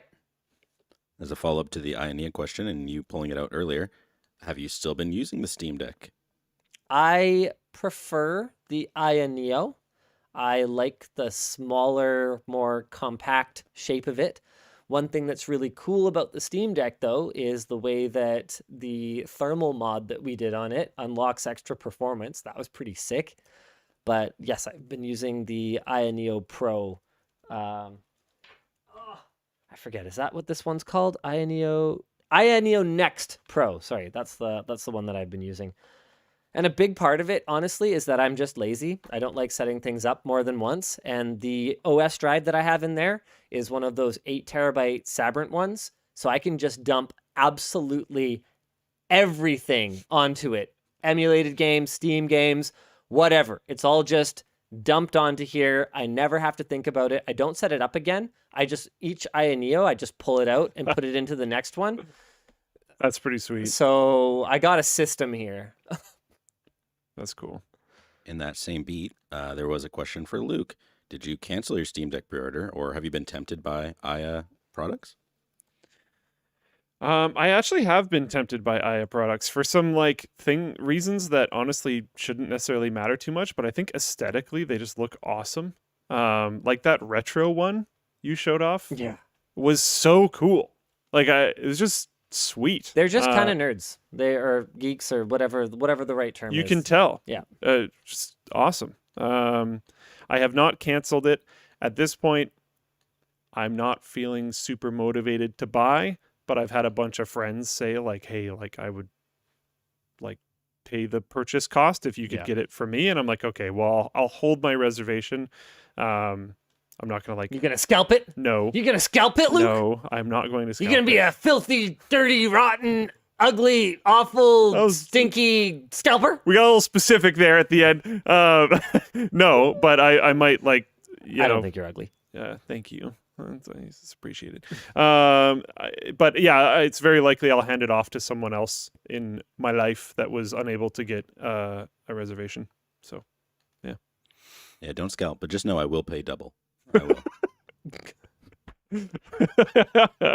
Bell, you're part of the problem, officially. Sorry. From Keith, is there any recent books you've read and enjoyed for either of you? I don't find nearly enough time to read. I read a lot of articles. I keep up with world events a lot more than I used to. But my problem with reading is that the second I start something, it's unlikely that I will sleep until I finish it. And so I'm afraid to pick up new books because it kind of destroys my life for a couple of days. I know that's a really horrible, cop-out, stupid response to that, but I don't read much fiction for that reason. I'm going to also cop out slightly, but I will give 2 books. These were...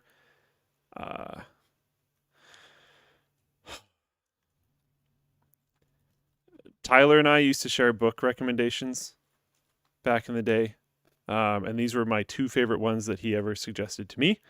One of them is Uprooted by Naomi Novik, and the other one is Barsk, the Elephant's Graveyard by Lawrence M. Schoen.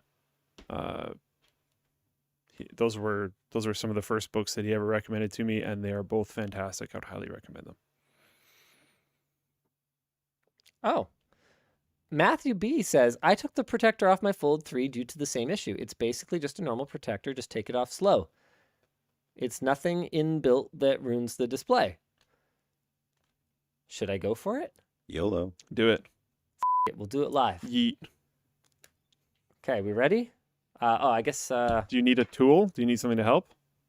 Are you just going to go at it? I think I'm just going to go at it. I mean, there's enough of a gap there. I feel like I can just get a fingernail in it, you know? Whoa. Wait a second. Did you hear that sound when I opened it? I didn't. Did you hear that? Like, there, that sound? The whole thing came off. Whoa. Look at that. There's a whole line that is separated down the middle. That just happened. So it's like sticking. Oh, wow. And that's unsticking. Super audible when you put it up to the mic. Yeah, maybe it wasn't so much that I heard it as that I felt it when I did it. So here, hold on. I'll turn so you guys can see. If it busts it, then you'll be the first to know. Okay. Oh, okay. Oh, that's no problem. That appears to be just a screen protector. I'm kind of impressed it lasted this long then. Yeah. Well, where do I get a new one now? Like, does Samsung make this screen protector available? Because it's pretty good. It actually feels very glass-like. Honestly, I think I kind of like the feel of the screen protector better than the screen itself. Here, try out both.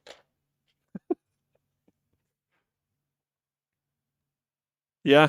It feels like smoother almost. Yeah. I don't know why. Maybe there's some Huh. adhesive on the screen or something. No, I don't think so. It's a very plasticky screen because it's not glass, right? Yeah. Makes sense. Interesting. All right. Oh, hey, it looks nice and clean now, so that's cool. Bring up some content here.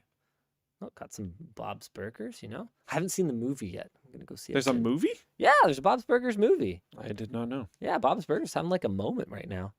All right. From I Blow at Sports. In a recent video, you mentioned you sleep with your earbuds in, and you've mentioned it today as well. I do the same with my Sony XM4 earbuds, so me fall asleep with audiobooks. Are you concerned at all about long-term hearing loss about using headphones while sleeping? Oh, specifically, mentions noise cancellation. No, I can't say I've ever had any concerns about that. I haven't noticed any problems up until now. I don't turn them up, that's for sure. And I don't think that they would be counteracting any strong sound waves coming in if I'm just sleeping with them. To be perfectly honest with you, I have thought about before and meant to research it, and I do not know the answer to the question of whether active noise cancellation, so you've got the wave, right? And then you've got the wave that cancels it out, whether it actually mitigates any damage that would be done to your ear by a very loud noise. I don't know the answer to that. Maybe someone else does. Seems like it would be fine. Something I'd throw in there is because we're talking about like Not a doctor. hearing loss and stuff like that. Something that I've been concerned about is the budgies.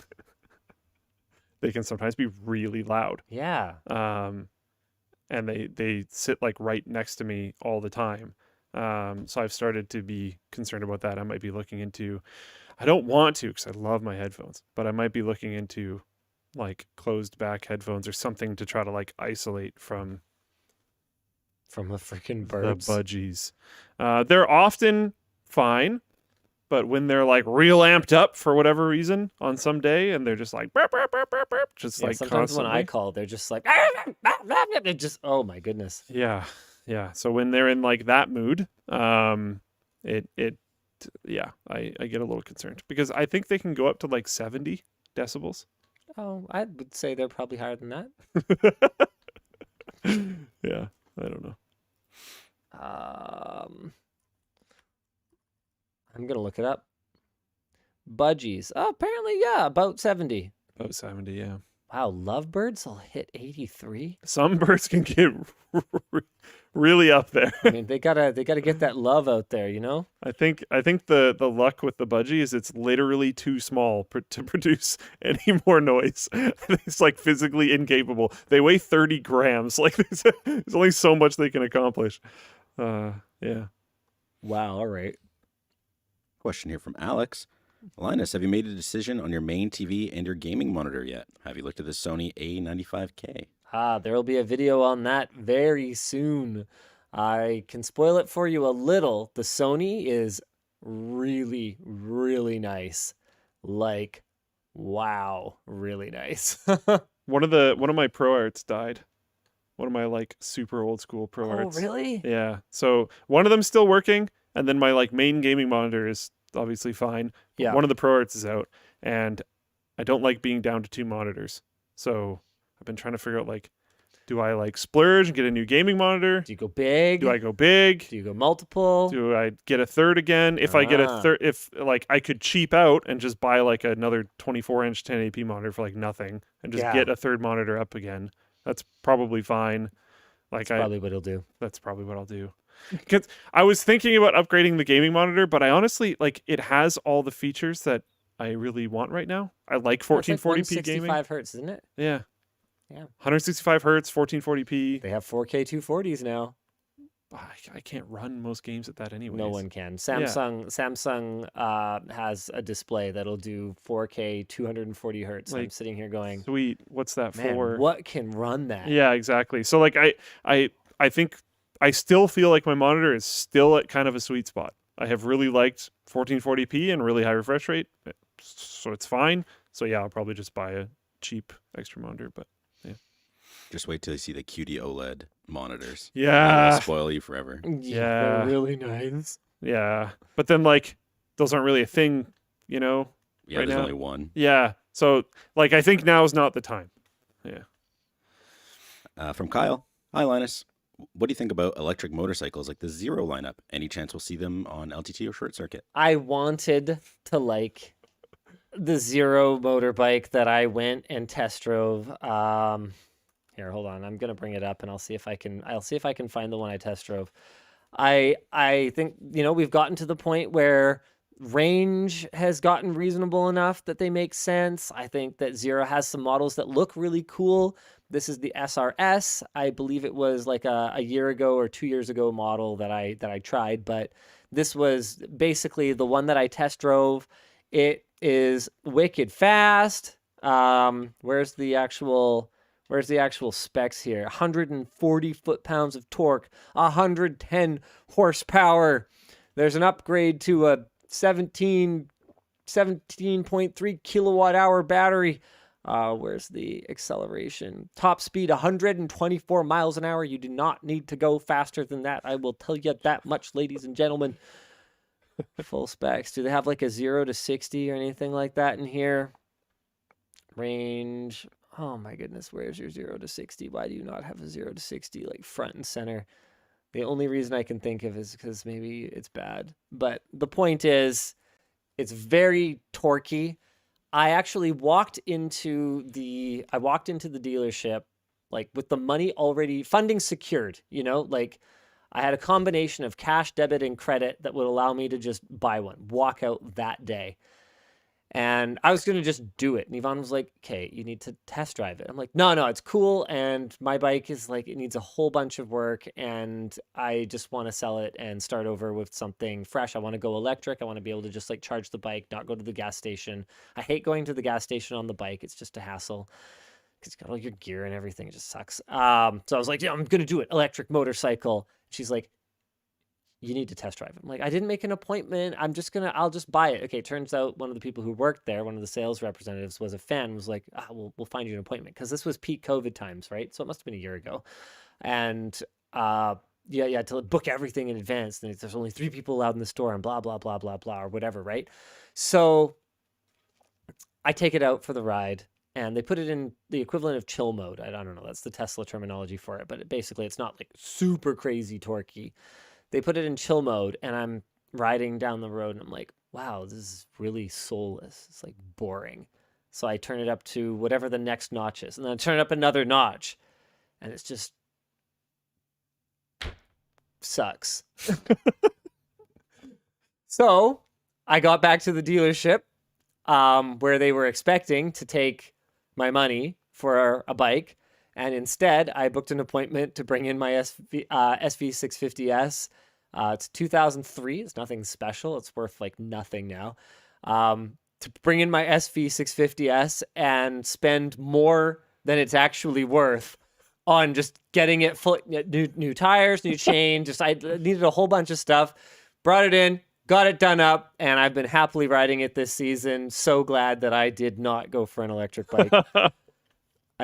I can't. It's I'm not even a motorhead. I'm not even like I don't need that stuff. But it just I drive a Volt, for crying out loud. I just couldn't do it. I couldn't do it. Last question here from Oliver, and again, a few other people, surprisingly. What was the motivation behind switching from Google Workspace to Teams for communication at LMG? Well, Google kept telling us Hangouts was going to go away, and it's still not gone. It even seems like they're pushing it. They've added development. Have you seen this crap? look at this. Okay. I go to share something. Watch this. I go to share and I'm like, Gmail. Oh, okay. Well, oh wait, what just happened? What was that? It doesn't matter. The point is, I go to share something. Okay. Watch this. I click Gmail. It's like, do you mean Gmail chat? No, I don't mean chat. I mean Gmail. You even have a separate icon for Gmail chat. You saw it. I swear you saw it next to it before, right? The Gmail chat one. Sure. Yes. Like, no, why are you adding an extra click? I'm trying to email something.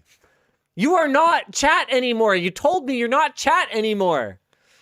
And like the way that Google has dealt with their chat systems, like part of this question is, would you consider switching back? It's like, I just no. can't trust them. Yeah, exactly.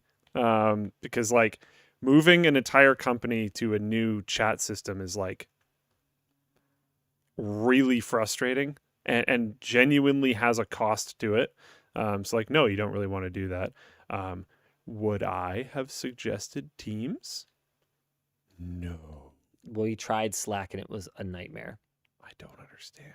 I was not getting notifications. I was don't not get getting notifications anything for done. Teams. I literally showed you a screenshot that I got a notification on Teams 172 days late. Teams I have a screenshot of this. It literally says in the thing, like, how long ago did this message come in? 172D, as in days. Yes. Teams is a joke. Dumpster fire. Yes. It is. I know. But we tried Slack and it didn't work.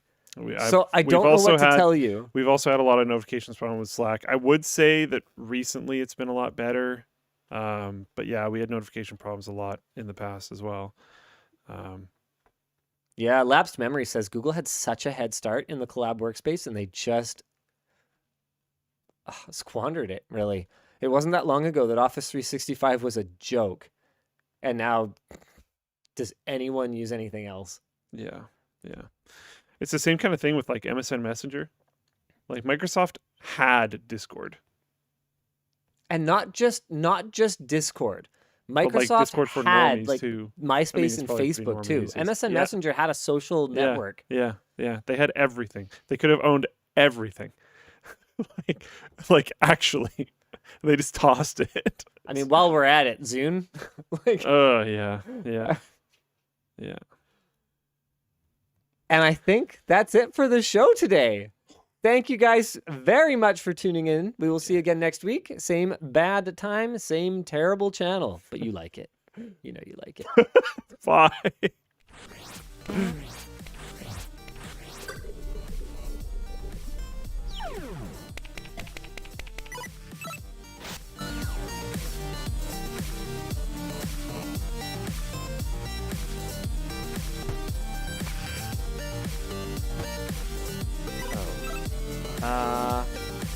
Pulseway, Backblaze, and Ubiquiti.